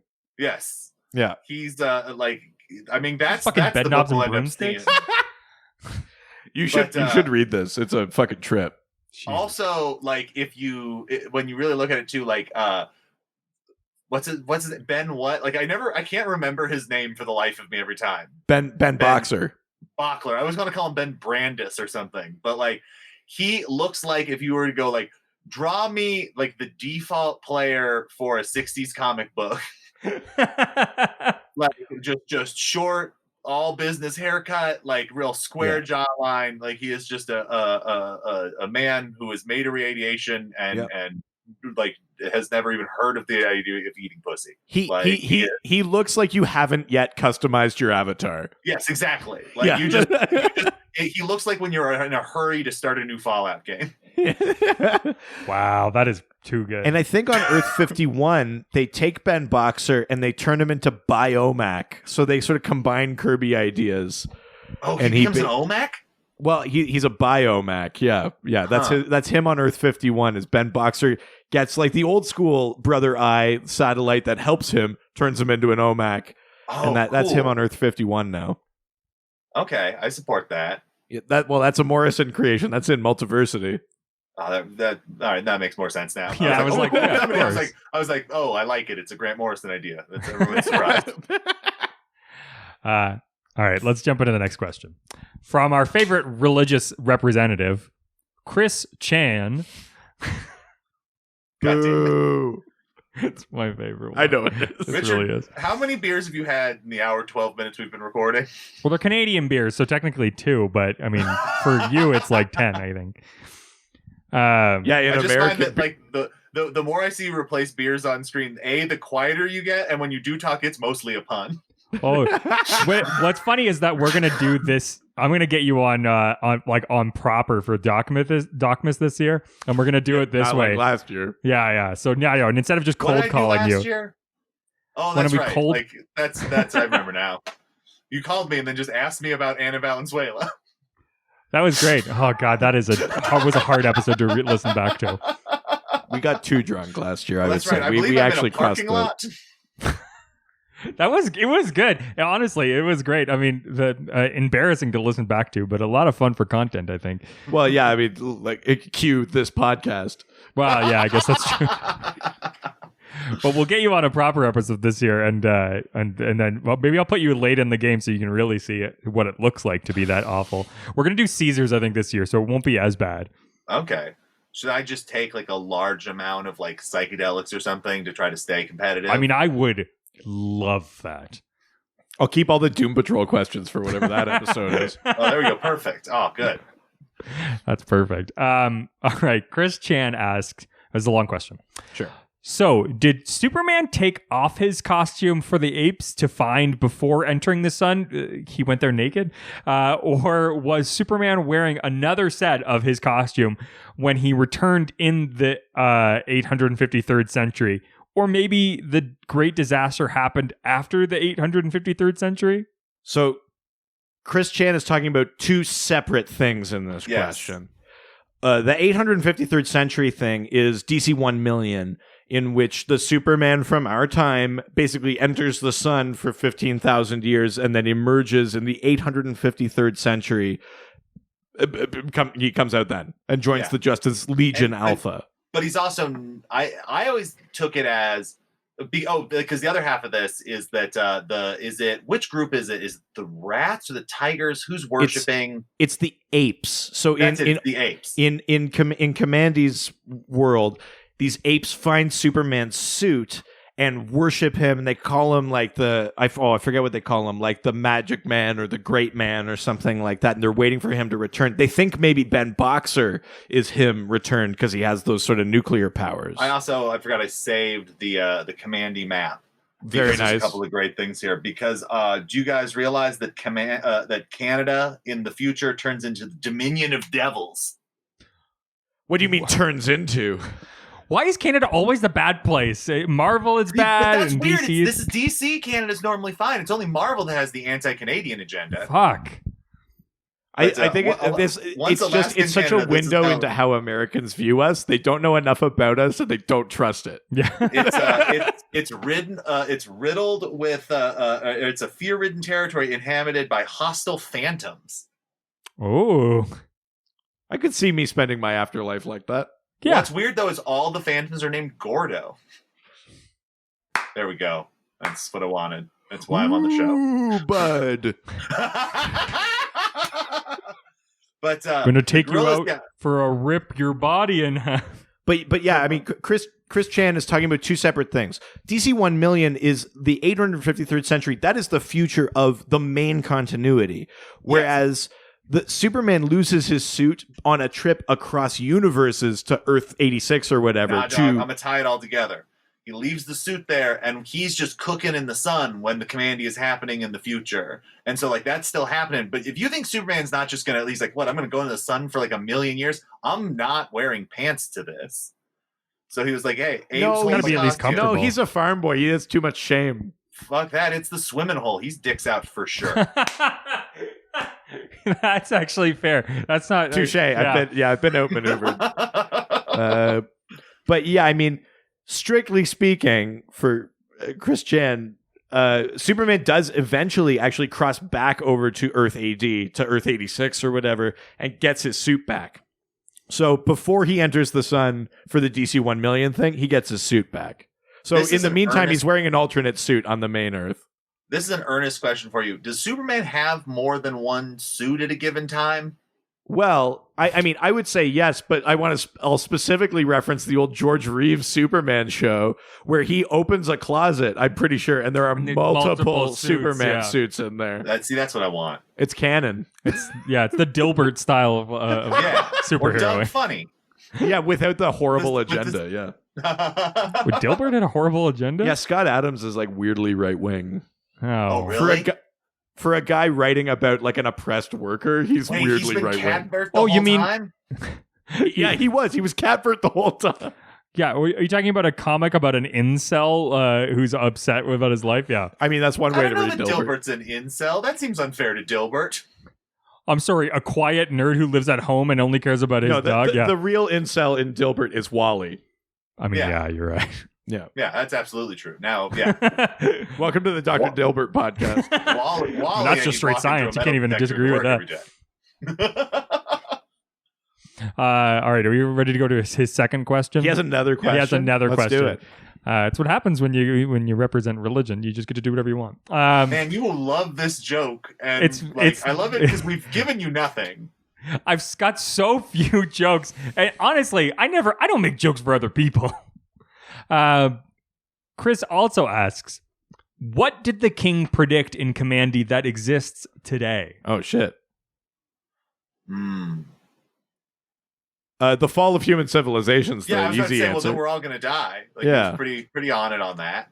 Yeah. He talked a lot about some orange baboon. I would say rising ocean levels. There's a whole section in Kamandi where they're going through old New York and they're like in the ocean. They're underwater. Oh, yeah. Radiation people. That's like a thing that's in the news, I think. Yeah, Cyclo Hearts. He pretty much got that right. So, I mean, it's almost hacky to make Cyclo Heart jokes at this point. My best friend has a Cyclo Heart. Look, I'm not against him. I just don't want him in my schools with my kids. Hey, separate but equal. Jesus. I like that we gave Richard the same disapproving Jesus. You know what? There. I really like this because sometimes I feel like I'm the third wheel, but now I feel like there's some common ground here. No, this is like when the wife finds out that she gets along with like the husband's friend.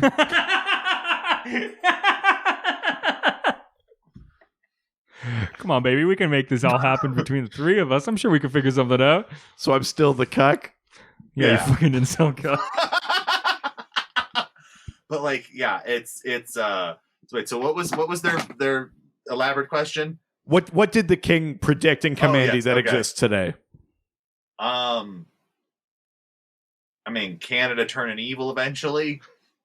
I mean, one day we're gonna have quite enough, and God, the day that you guys reveal your secret Marvel Comics agenda, I'm gonna be so stoked. I'm gonna have my welcome our northern overlords sign ready to go. We're all just gonna cross the border in fucking Jersey. I feed you the right left, I'm actually gonna tear the collar off my jean jacket and reveal that there was a fur collar underneath the whole time. Oh, just wait till we show you our super soldier. Then you're going to be real and then it's trouble. just the fucking bear with Gatling gun arms, and like he is actually amazing. After I read The Golden Compass for a long time, I imagined an alternate history where we had like a mounted bear cavalry unit. Imagine how the War of 1812 would go. God, I cannot wait till that show comes out. Yeah, I know, right? Yeah, I think we answered that. Rising ocean levels, the fall of human civilization. Yeah. All right, next question comes from Senator Paul. That's James Paulson. It's also son of Paul. Or good old two first names? No? All right. Let him keep digging. Yeah. Dig up. Yeah, if you dig down, eventually you'll find light, right? Oh, look, Richard, is that the light of... Oh my God, it's the rising sun of China. Ooh, easy hot topic. We don't need any of that. All right, James asks, what are the most distinct parts of this post-apocalyptic world that is set By the way, apart for from your listeners, other... I know that the rising sun is Japan. I just didn't want to get that tweet, so I want to get that out. Please restart the question. Oh, we're gonna cut this bit out. Yeah. Oh, Kyle is such a racist. Jeez. There's only 20 minutes we could use. Yeah. Oh my God. You know how much they record with Kyle. What are the most distinct parts of this post-apocalyptic world that is set apart from other post-apocalyptic worlds we see in various forms of media? So glad to see my favorite podcasters all together for a cool episode once again. Aw, James. Isn't that nice? I think that's one of the problems of Kamandi is that it doesn't really differentiate itself from any other post-apocalyptic thing. It feels like it is just sort of like a greatest hits of other stuff. And like, to me, it's sort of Jack Kirby. Like this does feel like a bit of a like for the money one for him, especially when you find out the backstory of where he just took two ideas from 20 years ago and stapled them together. Oh, I'm sorry. Jack Kirby took an idea and then brought it somewhere else. Well, yeah. They didn't really like challengers, eh? What if I gave them powers? Are you guys familiar with Strange Brain Parts? No. The YouTube channel. It's also called Comics Overlord. It's a guy who does these incredible mini documentaries about the history of comics from different points of view. I'm in for that. He has one because he has like mini series within it. Like there's one called The Great Debates, and there's like one very recent one is like Challengers of the Unknown and Fantastic Four. They have a Doom Patrol and X-Men one. They have Man Thing and Swamp Thing, and like they're fascinating because it does. Also he's Canadian, so I don't know if that helps. It does a little. Like, we got to support our own. Yeah. He does a real good job of like illustrating that it's like this debate's often not worth having because the answer is like, yes, but also like, who cares? Because it was just some guys throwing shit at a wall.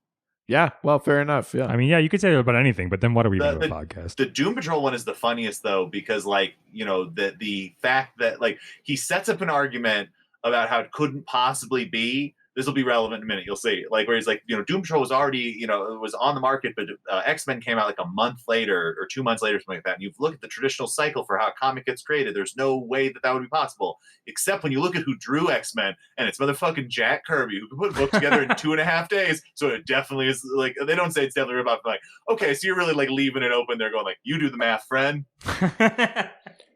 Yeah, I mean, I would say in a similar way to the map of Middle Earth. And the map of Middle Earth to me is different because you don't end up going everywhere. But in Jack Kirby's map of Kamandi's world, it's like, if you keep reading this series, we're going to hit all these places. We're going to go to the Doom Cave and the Bone Mountain and whatever. Like, yeah. And I think that it's a series that like pays out, but again, very much the same way Xena paid out. Where like there are some fucking great episodes of Xena Warrior Princess, let me tell you. But like there's also a lot of hot trash. Yeah. And I think that like this, like Kamandi has very much that same kind of feel. Like that to me feels like more of an influence than on comics or post-apocalyptic stuff. To me, the biggest and most obvious influence you see is just the way that book feels so similar to so many like low budget sci-fi serials of the 80s and 90s. Yeah, that's true. And like and just the going back to like just the influence it's had, like that to me is where it seems more than within DC continuity or anywhere else. Yeah. Yeah, definitely. All right, let's move to the next question. All right. Next question comes from Kaiju Murphy, who asks, in a post-Adventure Time world, what do you think a Kamandi adaptation would look like? I like how we're using Adventure Time like we used 9/11. Well, because I mean, I get it, because they're doing the idea that like Adventure Time takes place after the end of the world and shit like that, and it's about a young boy with long hair. I mean, like an Adventure Time Kamandi show would be cool, but it's mostly just because it's taking two things I think are pretty good and putting them together. Much like Kamandi. Yeah, like I think the question becomes like, at what point in the world of Kamandi does like it just become a snake eating its own tail with all these different things? Yeah. Yeah, I mean, I would more like to see Adventure Time, the comic, or like a miniseries, the show, do a tribute to Kamandi and like have Finn like lose his hat, and it's just him as a blonde boy fucking shit up with a sword. Right. I mean, if we're gonna flip this around a little bit, though, Kamandi has a gun. I don't know why I keep giving him a sword. He has that sweet laser gun. Yeah, he does. He has a gun. If we turn this around, though, let's say they're making like a Kamandi show. Would you want it to lean more kind of camp and stuff? Do you want to see like the more Arrowverse-y take on it, or what would you want out of a Kamandi adaptation? I got two answers. Yeah. Live action, I want it as an Arrowverse show. Yeah. And it's a little campy and it's a little aware that it's silly and it is kind of a throwback to 90s, style adventure show. Yeah. Cartoon-wise, I think it would be kind of cool to like, do you guys remember Spider-Man Unlimited? Yeah. Hell yeah. I feel like a version of Kamandi, because like Spider-Man Unlimited had animal people and shit. Yeah. And had that kind of tone. And I think that like a show in the vein of Spider-Man Unlimited, but like really leaning into that Justice League Unlimited kind of like animation style, like you put in that classic in-house DC style, but do it as kind of like a Spider-Man Unlimited, like sci-fi, and really like kind of go earnest with it. I think would be a lot of fun. Well, because that Justice League show, like that whole like question authority kind of arc with the Question and Luthor and the alternate Earth and that, they treat it so seriously on a kids cartoon. Man, Justice League Unlimited is so good. Yeah, like I don't outrageously love good. The first couple seasons before it goes full unlimited. Yeah, like I think it's like fine. It feels like the Superman show where it's like it's good but also boring. And then like when it goes unlimited and they just start having fun with it and they do like the Booster Gold episode and like they have Jeffrey Combs doing the Question. Every character has an episode. There's a Hawk and Dove episode. Oh, and they're all so good. Like I was just like, this should have run for 1,000 years. Yeah. Yeah, I would like to see. It's kind of crazy that they didn't do a Kamandi episode. Right? Yeah. Makes me wonder if that had to have been on the board at one point. Yeah. Like with the breadth of stuff that they do, that feels like something that had to have been something sitting there at some point. Yeah. Yeah. Did you guys watch the Spectre cartoon movie? Was that worth watching? Oh, like the DC Showcase thing? Yeah. Yeah, it's good. I like it. Was it good? Okay. I remember seeing the trailer and being excited and then never seeing it in a Target, so I had no way to acquire it.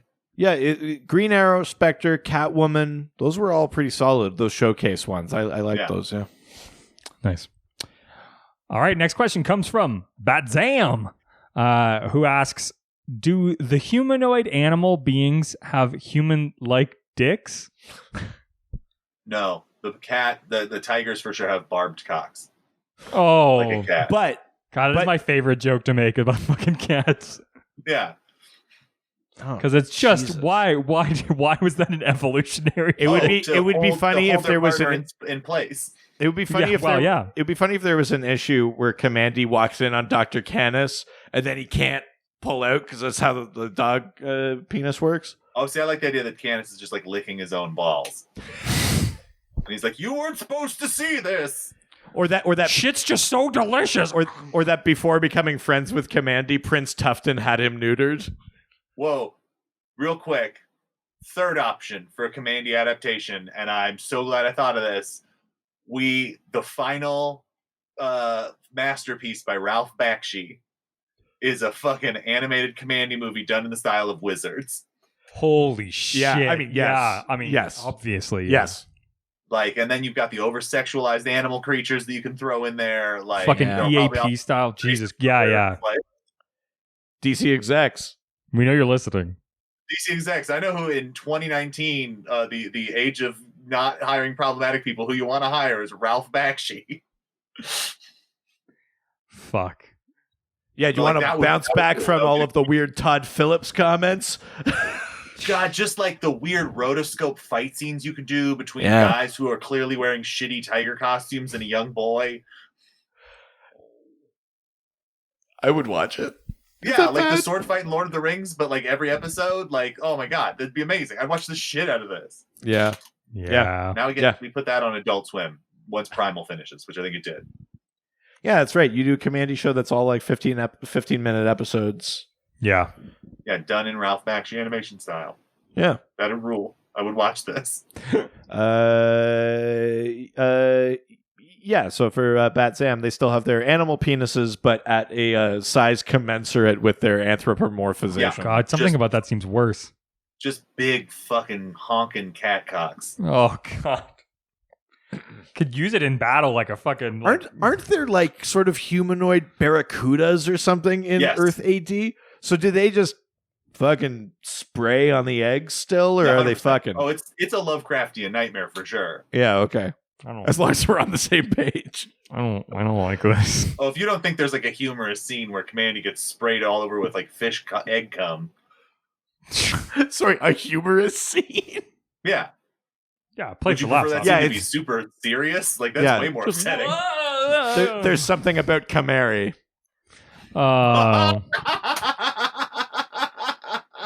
It's funny because I liked it, but also it was fun to watch Richard die a little. That I liked your pun. Well, yeah, right. See, yeah, I don't like the power dynamic is shifting. This used to work the other way, and I don't. Don't worry, by Christmas time I'll be mean again. I don't like this at all. This is like that first time he came on. Oh, when I was in person. Yeah. That was felt fun. like I got that brunt of the stick.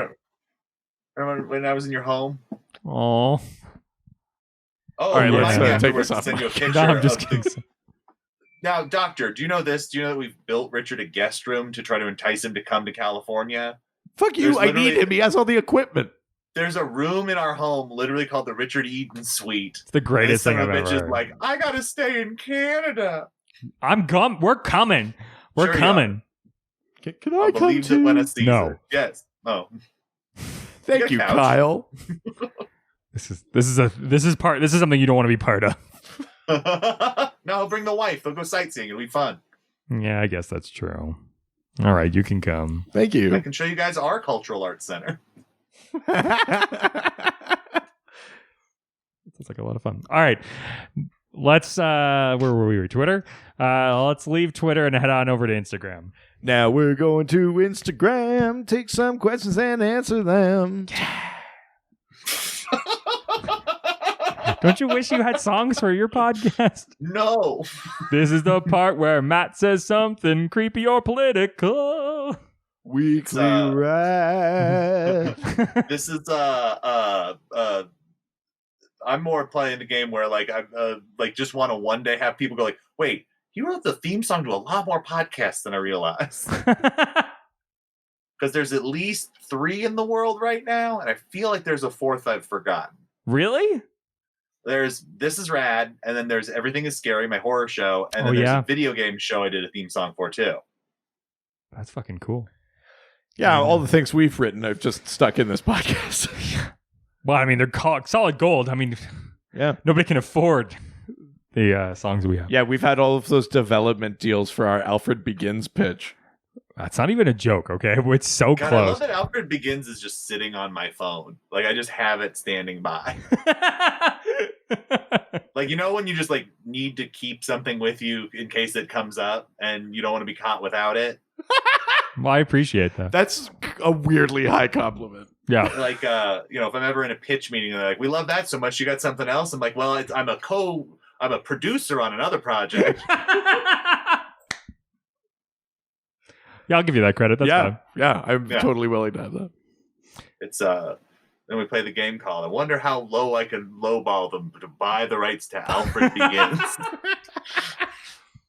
What's oddly curious is how close the Alfred Begin, like how close Alfred Pennyworth is how to close our pitch. Pennyworth is to our pitch. I did actually have that thought. I've been meaning to text you about that. That I was like, man, you got to be bummed that like that thing that exists now is not that far from what you did. Also, that show looks awful. It's not good. I stopped watching it. I'm here to pick him up from Army. Here's my issue.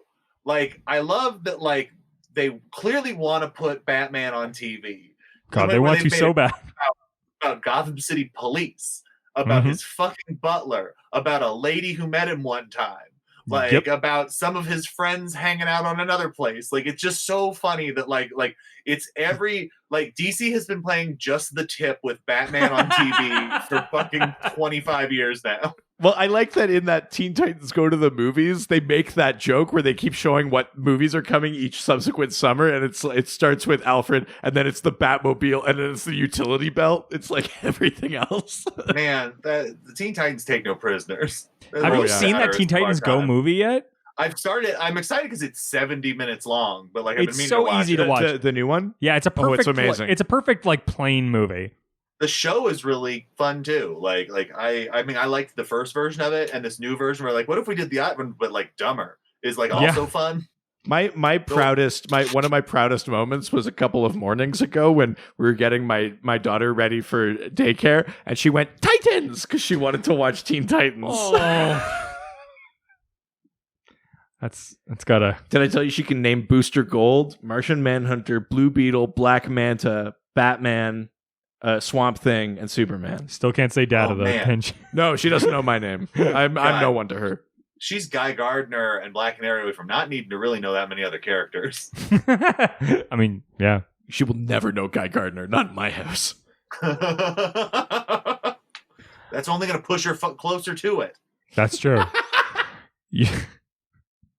Just don't leave any Guy Gardner laying around. I feel like I lost her. She's reading Guy Gardner arcs. I'm imagining this world where like there's a Canadian hot topic, but it's just instead of being full of like goth stuff, it's just Guy Gardner shit. No. Just the double-breasted vest. Yeah, it's double-breasted vest and bowl cuts, and that's like what a badass is there. Like that's a heavy metal person in Canada. It's just they look like Guy Gardner. I don't like that at all. All right, well, you're in charge of the thing. I guess that's true. All right, first, well, the only question on Instagram coming from the real Josh Gill. Gill. Sexy Gill. Gilly. Only question from him is best/most outrageous way that Kamandi escaped certain death in the original or the newer Kamandi challenge. That is tough. All of them. Yeah, I mean, the fact that he lives at all, ever. Like, I mean, the tigers take him captive in the first issue and don't kill him. Even just like, he's unconscious for... pet. Yeah, he's unconscious for a bit, and they're like, oh, he's a pet. And then when they go to worship their atomic bomb, he tries to destroy it, and they go, oh, we won't kill you. We'll send you down with the dog scientist. That's the other funny thing, too, is I think this comes up before Planet of the Apes 2, and in Planet of the Apes 2, they're fucking worshiping a bomb. Oh, shit. So do we think it's a recursive ripoff loop? Yes. I think one ripped off the other, which then ripped off the other. Wow. It's a perpetual motion machine of apocalypse ideas. That broke my brain reading it. Just this idea like, oh shit, they're doing the thing from Beneath the Planet of the Apes. Oh, I didn't even think of that. That's so true. Most outrageous. Well, like I said, in Kamandi Challenge, he does fall from space and survive. That's got to be the winner, right? That's pretty insane because he only gets to space on the back of technology from / like ancient humans and current apes.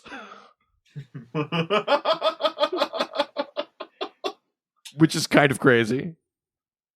Yeah, I mean, again though, just the fact that he survives anything, you know, he's in these like unreliable submarines, and then they go to like the rat like kingdom, and they go to I mean, it's just it's got a very like remember in Pokemon how it's always like, there's some new thing on the horizon, like we got to solve, or like the Lone Ranger, you know, it's just like it's such a like serialized ending because like it's Jack Kirby going like, I don't know, fuck it, like if I put the cliffhanger ending, they're probably not going to cancel the book. Yeah, well, no, it's true. So Kamandi he's read a bunch of microfilm about a world that no longer exists, which serves him kind of well in I'd say the first but 4 issues. So that he can always have a conversation with somebody. Go, I've heard of that from the microfilm my grandfather showed me. Well, exactly, and he never knows other things. He's just heard of it because he saw a small photo of it. He's got no discernible skills. He's shirtless and wearing jean cutoffs. He's got no armor. He has a gun that I think often he's disarmed. Yeah, most of the time. He's basically only kept alive by the grace of Ben Boxer and his Cycloheart and Prince Tufton, the tiger friend he has. Yeah. Yeah, I mean, the fact that he's alive at all, I'd say, is the most outrageous thing. Yeah, that he wasn't just instantly killed. Yeah. That's really funny. All right. Was it? That was so funny. Let's leave Instagram and head on over to Reddit, where everyone's nice, no one's ever mean. Yeah, it's really full of good people saying and good things. Isn't it great to have so many platforms to have to go to? This is the last one, unfortunately. Yeah. So, but yes, no, there's a lot. I think it started with we didn't have enough questions, and so we went for everywhere, and now it's just a thing we've set as a precedent. I like it. I like that there are multiple avenues by which to reach us. The only problem is when people realize that they can ask questions from multiple places, and as long as they're different names, they can get multiple questions on an episode. Listen, man, it's all content. precious content. That got super real. We get serious about those hundreds of dollars. Yeah. Somebody whispering, "Look, man, it's all content," is about as dark a statement in 2019 as you can get. It's weird when he said it at the funeral, though. Yeah, I had my Zoom at the funeral. It's all content. It's all content, baby. It's going to be your suicide note. Well, I told you, when we finish this show, I'm going to kill myself, and the last episode will be called #SweetRelease. That's right. But you're going to be like Gigi Allen to have a heroin overdose the night before the last podcast. Oh, I'm going to do heroin? That's pretty baller. Just record. I mean, yeah. Record the heroin. That's when the podcast got real jazzy. Yeah. I'm the Duke Ellington of podcast. We're going to talk about... Oh, who gives a fuck what we talk about today? I feel like that's how I sound already on podcasts. Ooh, this is welcome to part 5 of our Dragon Ball Z breakdown. I got a question from Twitter. What Green Day song do you think best reflects Goku? God, you ever think about what a bullet tastes like as it hits your tongue? Jesus Christ.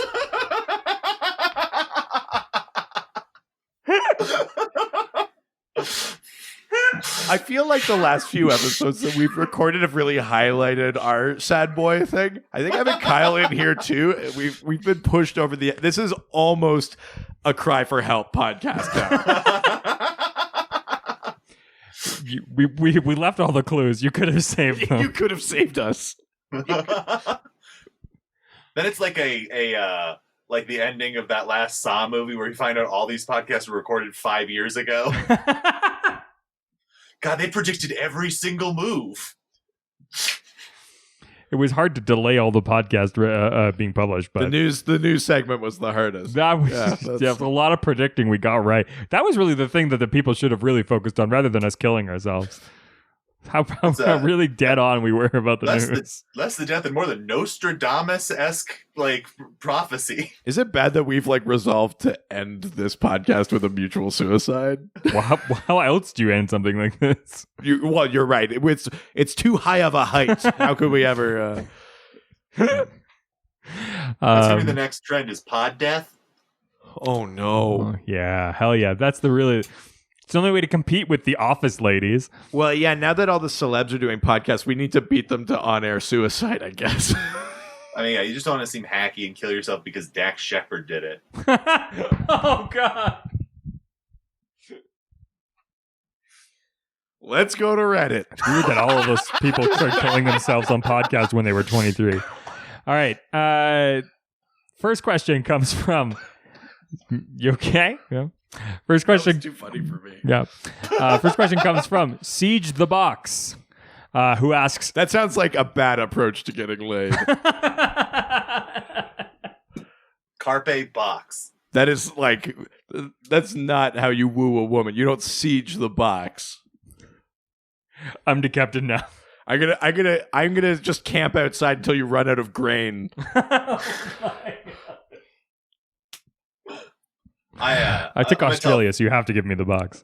I'm gonna tell a side bit that I don't think I've told on my show before, but like I brought it up to my girlfriend recently. Is like my favorite like random term I've ever heard that uses the term box is all right, I'm gonna say a sentence here that I'm gonna need no one to ask questions about. I was watching special features on an adult film DVD once. Because they existed. What are you going to do? Not check? Yeah, they have bloopers on some of them. Yeah, and this one had a lady sitting in a chair doing like an interview about things. She's like, "Oh, I like working with that guy. He eats good box." Like, and he eats good box is my favorite expression of all. That's an industry term. He eats good box. Wow. That would go on my resume if someone ever said that on a DVD extras about me. It's going on my resume. If someone said that, period. Jesus. All right.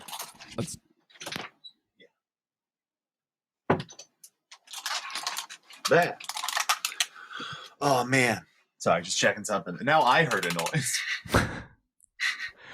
Are you alone in the house? Siege the Box was in the house the whole time. What does Siege the Box ask? Wow, it's a very simple question. How does Kamandi maintain such luxurious hair? I assume like natural fruits that have grown over the destroyed human world, or Kamandi. That turns out what they did was they were just it was for Pro V vitamins. Yeah, Kamandi was a brand of conditioner before the Great Disaster. I'm just glad you didn't say Barracuda cum, frankly. So, oh yeah.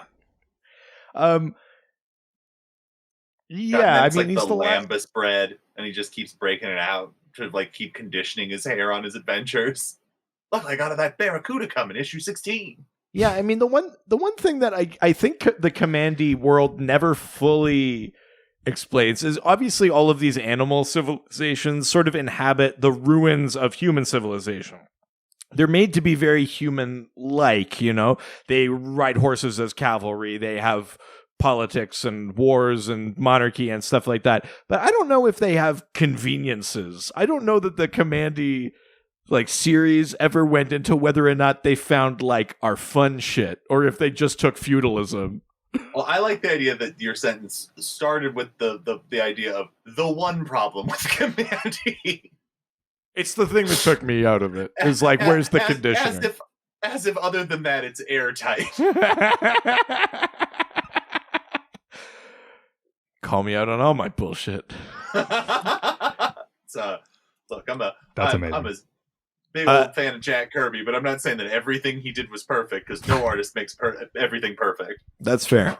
I'm tempted to agree with Kyle, though. It's probably like tropical fruits or something like that. Yeah, makes sense. Kamandi is the middle tracks on Bossa Nova by the Pixies of Jack Kirby. It's much like that Barracuda cum. It's a little too sticky, but it is very rejuvenative. Yeah, I'm gonna have to take your word for it. Last question from my favorite Reddit name. Yeah, Refrigerator Ninja. That's right. That's good. Who asks if you could cross over any existing DC character into the Kamandi story, who would it be and why? Also, wanted to mention that I discovered your show through the This Is Rad podcast. Yeah, no shit. Yeah. Yeah, you only make up 90% of our listeners. Yeah, fuck. Look, man, this is how all this works. Like, all the podcasting is 11 listeners. The problem is we're like the 6th podcast diluted from This Is Rad, so it's sorry, you're complaining that we're too far removed? Yeah, that's my issue. At the end of the day, you guys have Patreon and we don't, so who's the real sucker here? And you've been on an episode of This Is Rad. I mean, it was like with a bunch of other people. So. Oh, you greedy fuck. No, I mean, he's right, though. Like, did he not tell you about the whole story of how last year Jess lived his dream? Fucking. Well, yes. Yeah, fair enough. Yeah. Like it was the funniest thing to just every part of it too. Just like going. I took her to Scary Farm. Mm-hmm. She came to a Stonecutters event. She was on the show.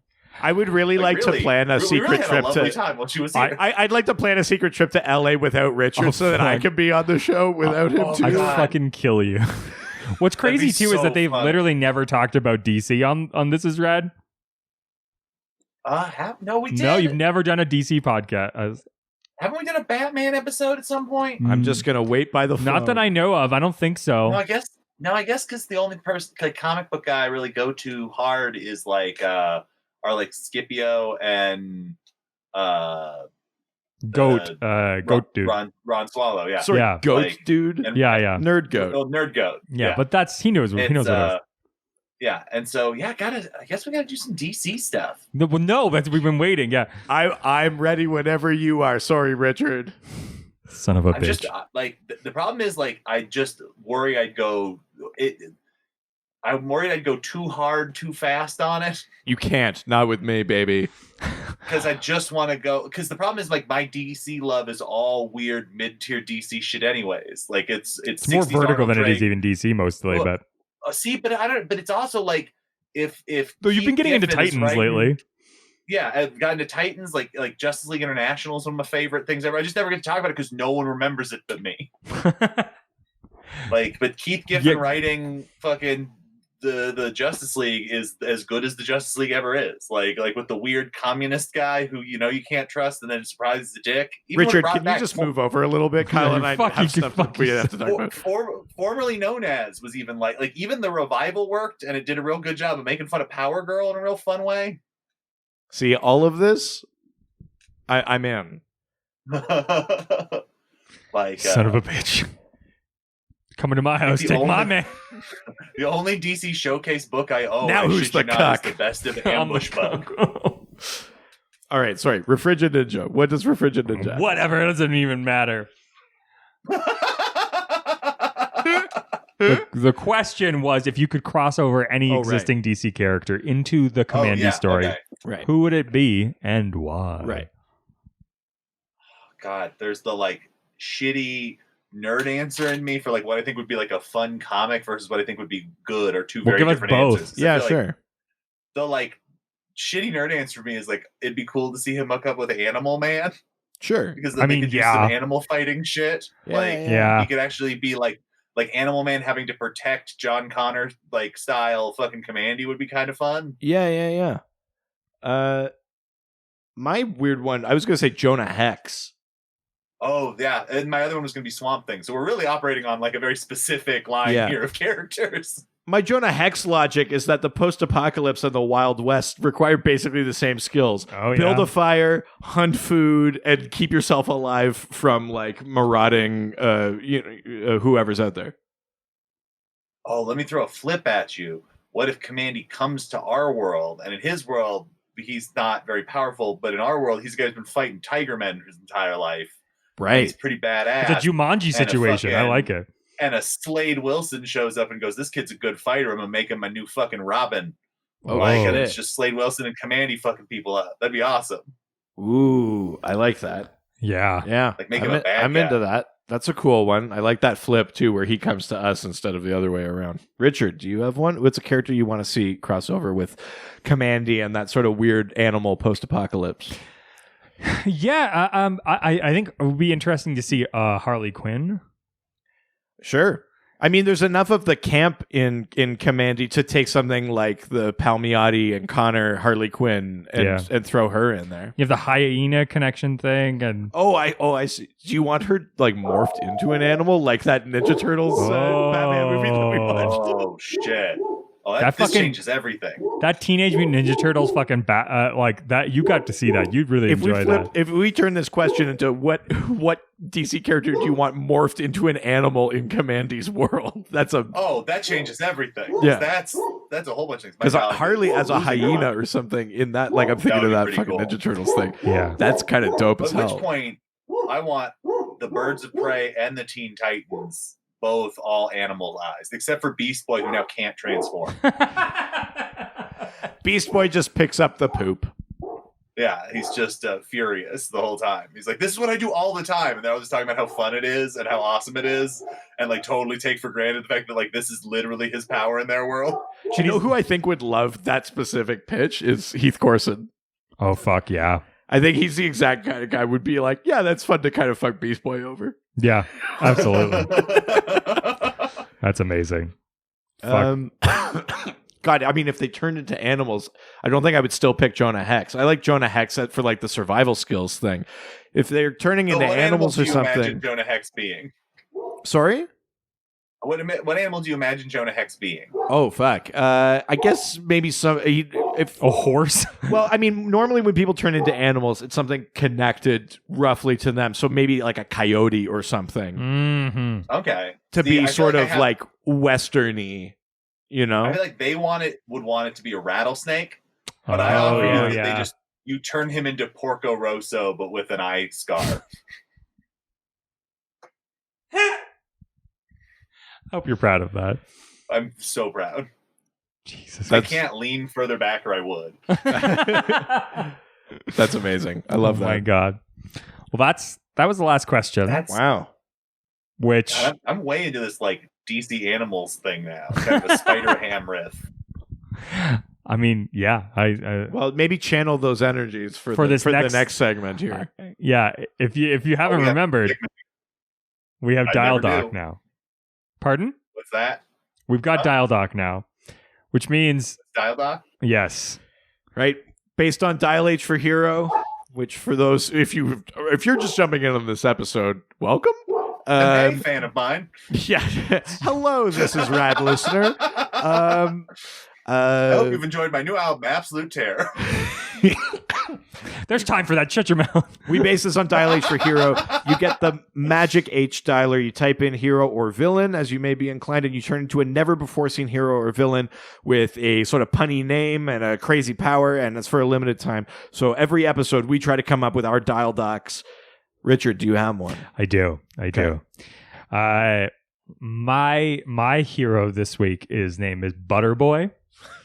Okay. Now, Butterboy realized his powers going through puberty, obviously, and produced butter in ways that he never thought was possible. Why is that obviously? Pardon? Oh, because it's cum. I get it now. Yeah. I was behind. I was like, why is it obvious that it's butter? Yeah. And then by the which he's able to use for like obviously making like people like slip and fall. He's the obvious uses. And getting fired from a bakery. It never ending uses for Butterboy. But if this was a comic book series, by the end of it, he would actually realize that not only is he just Butterboy, he actually has full use of the entire dairy verse. Fuck you, Morrison. Yeah. I mean, to be fair, Grant Morrison just heard that idea and I'm gonna do that. So the dairy verse, there'd be like a Mr. Yogurt. Yeah. Yeah. Colonel Cheese. Yeah. Yeah. You get it. Ooh, Colonel Cheese is a good one. I got that Colonel Cheese Mulder. Diamond Direct statue.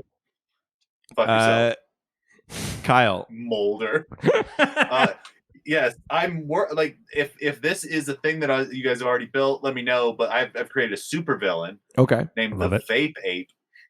Oh, and Vape Ape. There we go. Keep the animals in. My favorite thing is like realizing how people come up with their names tangentially by the things that are surrounding them. Yeah. I'm sitting in the lap of a large gorilla. But Mighty Joe Young is my chair. Obviously. But Vape Ape is an evil ape who tries to get high school kids addicted to nicotine. And he's from Gorilla City, where he discovered who was a scientist, and he figured out the ultimate addictive substance, which actually he did not know is the Gorilla City did not have nicotine up to that point. Right. Was he a gorilla before? Yeah. He's always been a gorilla. Like he's from Gorilla City. Like the gorilla thing has nothing to do with this. He just happens to be a gorilla. Well, look, he created a good product and then realized he had a catchy name. Yeah, that's branding. Aren't you in marketing? I like to give terrible names like in the same vein as like Salem's Lot, where by the time you figure out what that means, you're upset because it's dumb. Sin City has the same setup. Like, Yeah. So my character's name is Mr. Finite, and basically Mr. Finite has any power he can think of, but he doesn't know what the limit of that power is. So if he needs to be strong, he has additional superhuman strength, but he doesn't have an understanding of what that he could be partway through trying to lift a car and realize that he's maxed out. Wow. I kind of genuinely enjoy that. Or something, or same thing with speed. He's got to get somewhere. He's got 5 seconds. He'll be like, I could do it, and he'll get there in 7 seconds and won't have saved the day. God, I love that. That legitimately feels like it would be a cool comic. Yeah, that's Mr. Finite. Wow, that is. I love that. That's so good. With Cheese Boy. That's one of very few dial docs I came up with without just looking around this office to find something to inspire something. Unless you realize that we have a finite amount of time. I don't know what you're talking about. I think my character's jazz bass, keyboard, and TV are also great inventions that did not come from me just looking at things around me.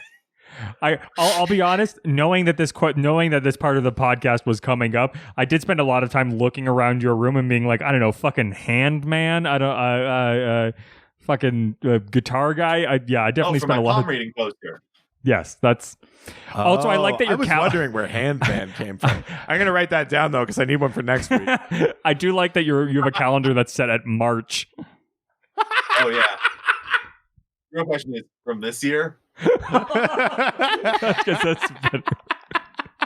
Look, amazing. Every year I get a calendar for Christmas. I hang it on my wall, and it's on January until March, and then I change it to March, and then I throw it away. Wow. What you just described there would give my wife an aneurysm. She loves her calendar. It's a real back and forth too, because I get my mom several calendars because she uses them, and then she gets me a calendar and it sits on March. But it's fun because it's dogs and they're eating. It's like mid-catching food. See, the problem is I have that Rivers Langley calendar, and I don't want to get rid of. I know, and I don't want to get rid of it, but it's gonna. I mean, but there's only so many months left, and I don't know what I'm gonna do. I think we should release like a Dr. DC sexy calendar. Oh, yeah. You could be you put the idea. D in Dr. DC. Yeah, I'm the no in November. Yeah, I don't. No, I mean, like, people don't want to see me sexy. Oh, I thought that they. No, I'm the May, and that I may not buy this. Well, I put the Jew in June, so and July. Oh, that's right. You get 2. Yeah, but he also tried to put the Jew in August. I'm like, enough.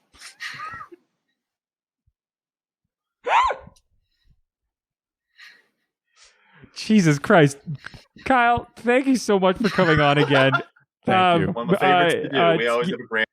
Give people all of the things that people can find you and buy your stuff and all that.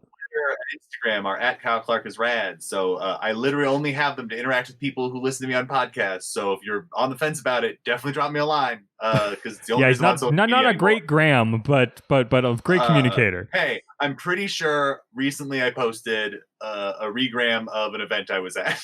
That's true. But and it was only because the person running the show very nicely asked, and I remembered how to log into Instagram. Make sure to follow Radland Records on Instagram, though. Oh yeah, there you go. And that is run by my girlfriend, who's way better at social media than I am. I'll agree with that. Yeah. Also follow her Instagram that she created called Pics of Kyle's Dog. And it's just is that a pictures thing? of Khaleesi. Yeah, she has an Instagram for my dog that she runs. My sister has a dog Instagram. It drives me nuts. It's the greatest family shame. We've got one for Lucy. I got no problem with it. I just think it's funny that a person who does not live with the dog has an ongoing dog Instagram. I really enjoy that. It just seems logistically difficult. But then Radland Records. Right now it's just a Twitter. Eventually I will give Richard info about how to build the Radland Records website. Don't even. Yeah. Hey, what about your website, Kyle? Do you have a website that people can go to? I can. It's at KyleClarkIsRad.com if you want to see an incomplete Richard Eden website that's a work in progress that my girlfriend definitely went to at some point and found that there was still ad copy about my ex on there, and I got in trouble. Oh yeah, I do remember you were sending me a text about that one day. Hey, you mind pulling this? Just got lurked. But those things will go. I think November is when we get that stuff going. It's my thought sure was it I'd is. probably have November of what year? I mean, look, why do we got to start putting years down on stuff? Yeah, the calendar. Wait, when you change the calendar over, we'll get the website going. Yeah, there we go. It's a real O. Henry story. And I have albums out. I have an album called I'm a Person. I have a new album out that I'm super proud of that everybody should go listen to called Absolute Terror. Yeah, artwork's fantastic. Yeah. Richard did the cover. It's I recorded it in Atlanta last year, and I should have hard copies of it soon. And there's a secret special track that's from the Yukon Comedy Festival. Oh, Ooh. yeah. I always forget the last track is from the Yukon Comedy Festival because I fucked up my own album taping and forgot to do a bit. And an hour later, I was in front of a bar going, I didn't talk about that thing. I wonder if I just didn't do it. And then luckily I had it recorded from earlier in the year. But Absolute Terror, I'm real proud of. It's released to Radline Records, which is my little comedy record label, because I saw a marketplace that was so full and said, hey, why don't I lose some money? Hey, why not me too? So I fucking put out, I think our 5th and 6th or something like that are about to come out or something like that. Because now... are we at that point? Fuck. Solange Castro, Journey of Self-Discovery, Kyle Clark, Absolute Terror, Keith Carey, Partylicious, all Ian great Abers, album Night covers. Sugar, Ian Abers, Night Sugar, which is truly a beautiful cover. Yeah. It's funny because it's the one you didn't do. Yeah, I know. And where he looks like Thanos. And then we have Keith or Tom Goss, Dead in Chicago is on God, its I way fucking out. love that title. It's gonna be great. I'm making Tom Goss Dead in Chicago stickers for the final Mean Boys show. Nice. So that they can just vandalize things around Los Angeles or their hometown. Is that the Tom Goss is dead sticker? It's no. This is just the one you made that I'm getting printed. Hell Sorry, yeah. did you forget that you made something? I make a lot of things. I don't know, man. And then also Jenny Hamilton from White Horse Canada. Right. Her album is coming out soon. It's literally all it has to do is be uploaded, but work has been busier than I thought it was going to be. Another great album cover. So upload Jenny's album cover with 5 exclamation points. There's some tracks attached to that. Sticky notes there. It's going to get up there, but it's so funny. Every record we put out, I love. Everybody who I've worked with, I love. We've got some really talented people on the horizon that I'm talking to that I'm excited that I can't announce yet, but we've got a few more in the pipeline. It's I'm gonna keep doing them, just because it feels like somebody should be doing something positive in comedy for others. That isn't just me elaborately secretly just trying to get something for myself so I can fuck over my friends. Not that I have a bitter vision of the entertainment industry. But yeah, so Absolute Terror, my album, Radland Records, my thing. If you go to TeePublic, This Is Rad, and Radland Records, and Laura Knight, who is our artist who does all our stuff for This Is Rad, all have stuff on there. She has made some real cool ass stuff. I have a hoodie that she made that's real cool. That's got a weird cat on it, and I'm way into that. Nice. Yeah, and you can get a Radland Records phone case like I have. Ooh. I'm still gonna get that. Fuck. What's fun is when I was in Chicago for Tom Goss's album taping, that was a real surreal show because it was people who listened to Mean Boys and who listened to This Is Rad, who had driven from all over the Midwest to come out for this show. So there were people in This Is Rad shirts and people. There was another guy who had a Radland Records phone case, and it was fucking weird. It's almost like what you do has some sort of level of importance. Look, man, I operate in a vacuum. I have no sense of metric for how anything is going. It's almost like if you had analytics through some sort of digital means, there would be a way to find that out. But that's what somebody else's job is. Yeah, somebody who wants to do that job. Yeah. Look, I've asked you to be my manager on many occasions. And I said yes. Listen, can you upload your resume not in the episode? I would tell people to listen to This Is Rad, but that's how they got here. So yeah, but yeah, This Is Rad. We're just wrapping up Radtober. We've got 2 episodes left. We've already done a fucking 4-hour episode about Guillermo del Toro. It's a great ep. Fuck. That was a dark hour. It's crazy to me that so many people listened to it because I was like, there's no way. And then everyone was like, great episode. Because I just remember when we were in an hour 45 and we were just starting to talk about Mimic, I was like, well, we're fucked. This is going to be forever. I thought it might have been a 2-parter for sure. No, dog. We're just putting it out. There's no Battlestar Galactica. The comedy Bang Bang 10-hour episode.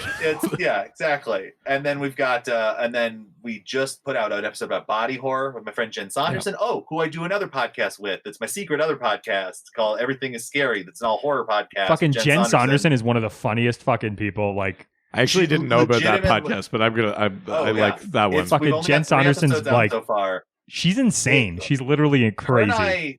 I'd known Jen for forever, and then last summer we kind of bonded. We were on a show where we were both lamenting that we were the worst comedians on the show because it was like her and I, and then Baron Vaughn, Dana Gould, Laurie Kilmartin, Deb DiGiovanni. Like, so it was one of those things like there's no winning on this show. It's just us marching to our Christian death.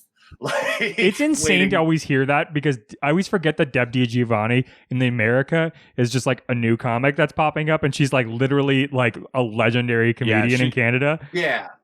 She's top tier in Canada. Yeah, it's literally like you're like it's like like fucking like Louis C.K. or something. It's just like this new comedian in Canada, and it's just like it would be like if there was a podcast in Bulgaria that had never heard of Patton Oswalt. Yeah, yeah. It's it's all all your like good go-to comics are like weird secret finds like Deb and Steph Simon Tolev. King. Fuck.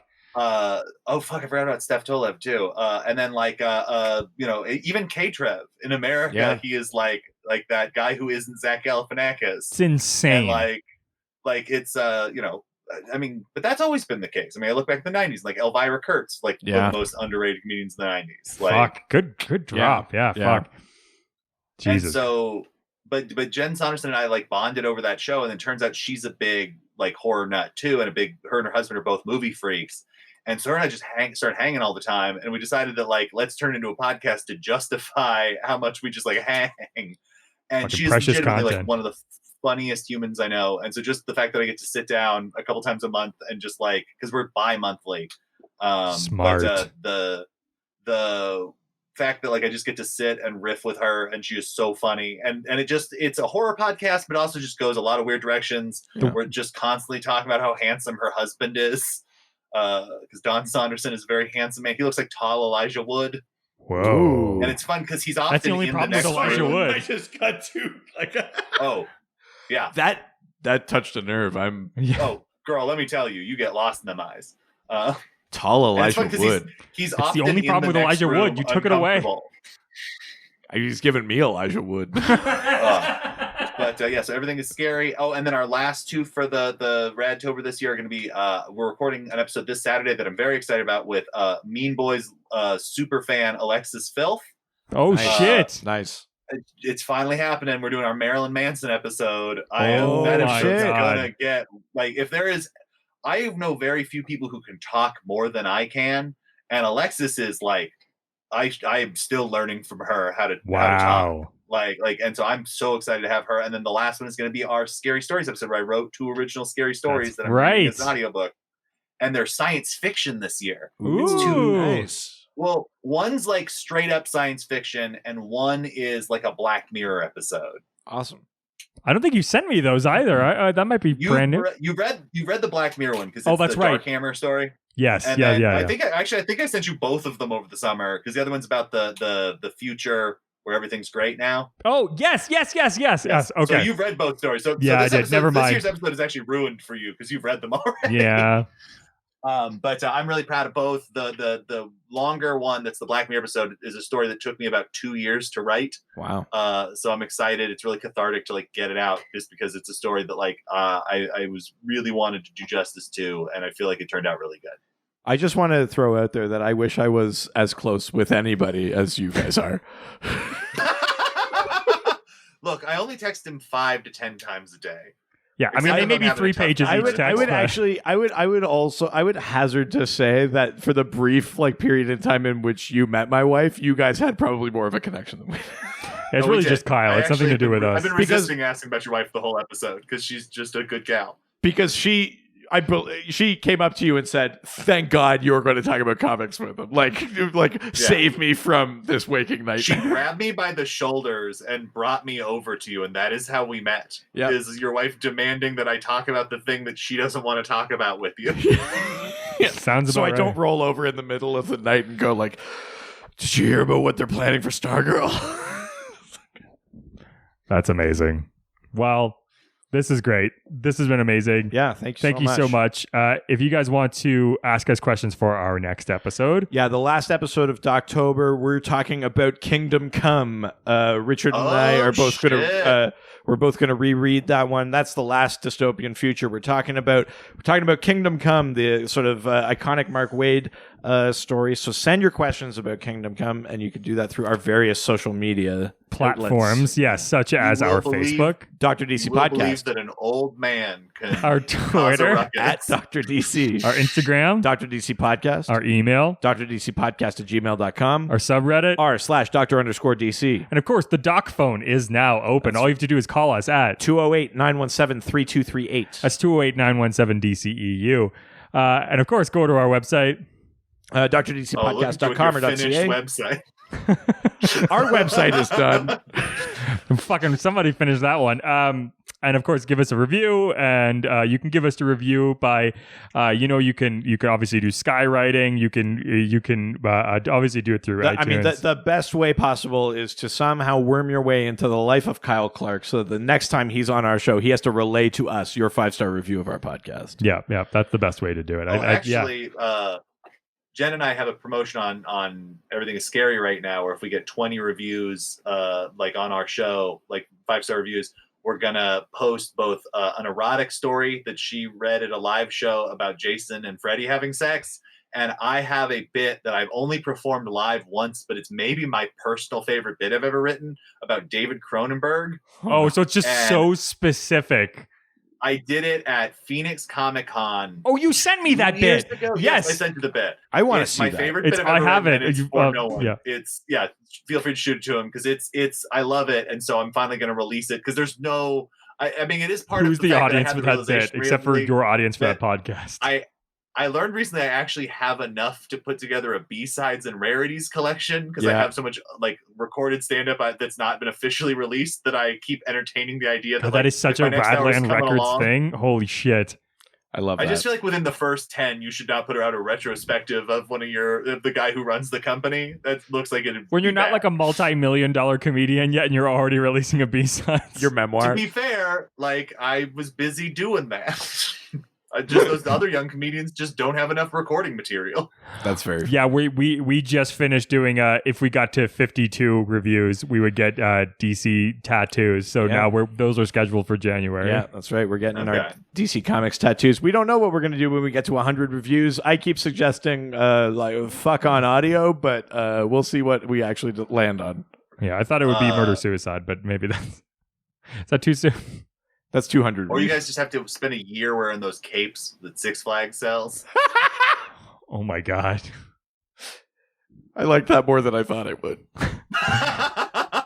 And of course, every Friday we release our Patreon episodes. So $5 a month, you get an extra episode of Dr. DC. That's right. The Double Dose comes out on Fridays. We talk about all sorts of different geeky stuff. Sometimes we expose deep-seated, earnest feelings that we have as well. That last one, yeah.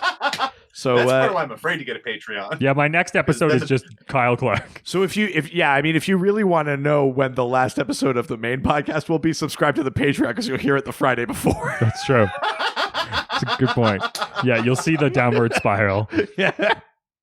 Absolutely. Well, thank you for listening, and we'll text you next week. Yeah. Adios. Yeah. Ciao, ciao. Say goodbye, Kyle. Bye, Kyle.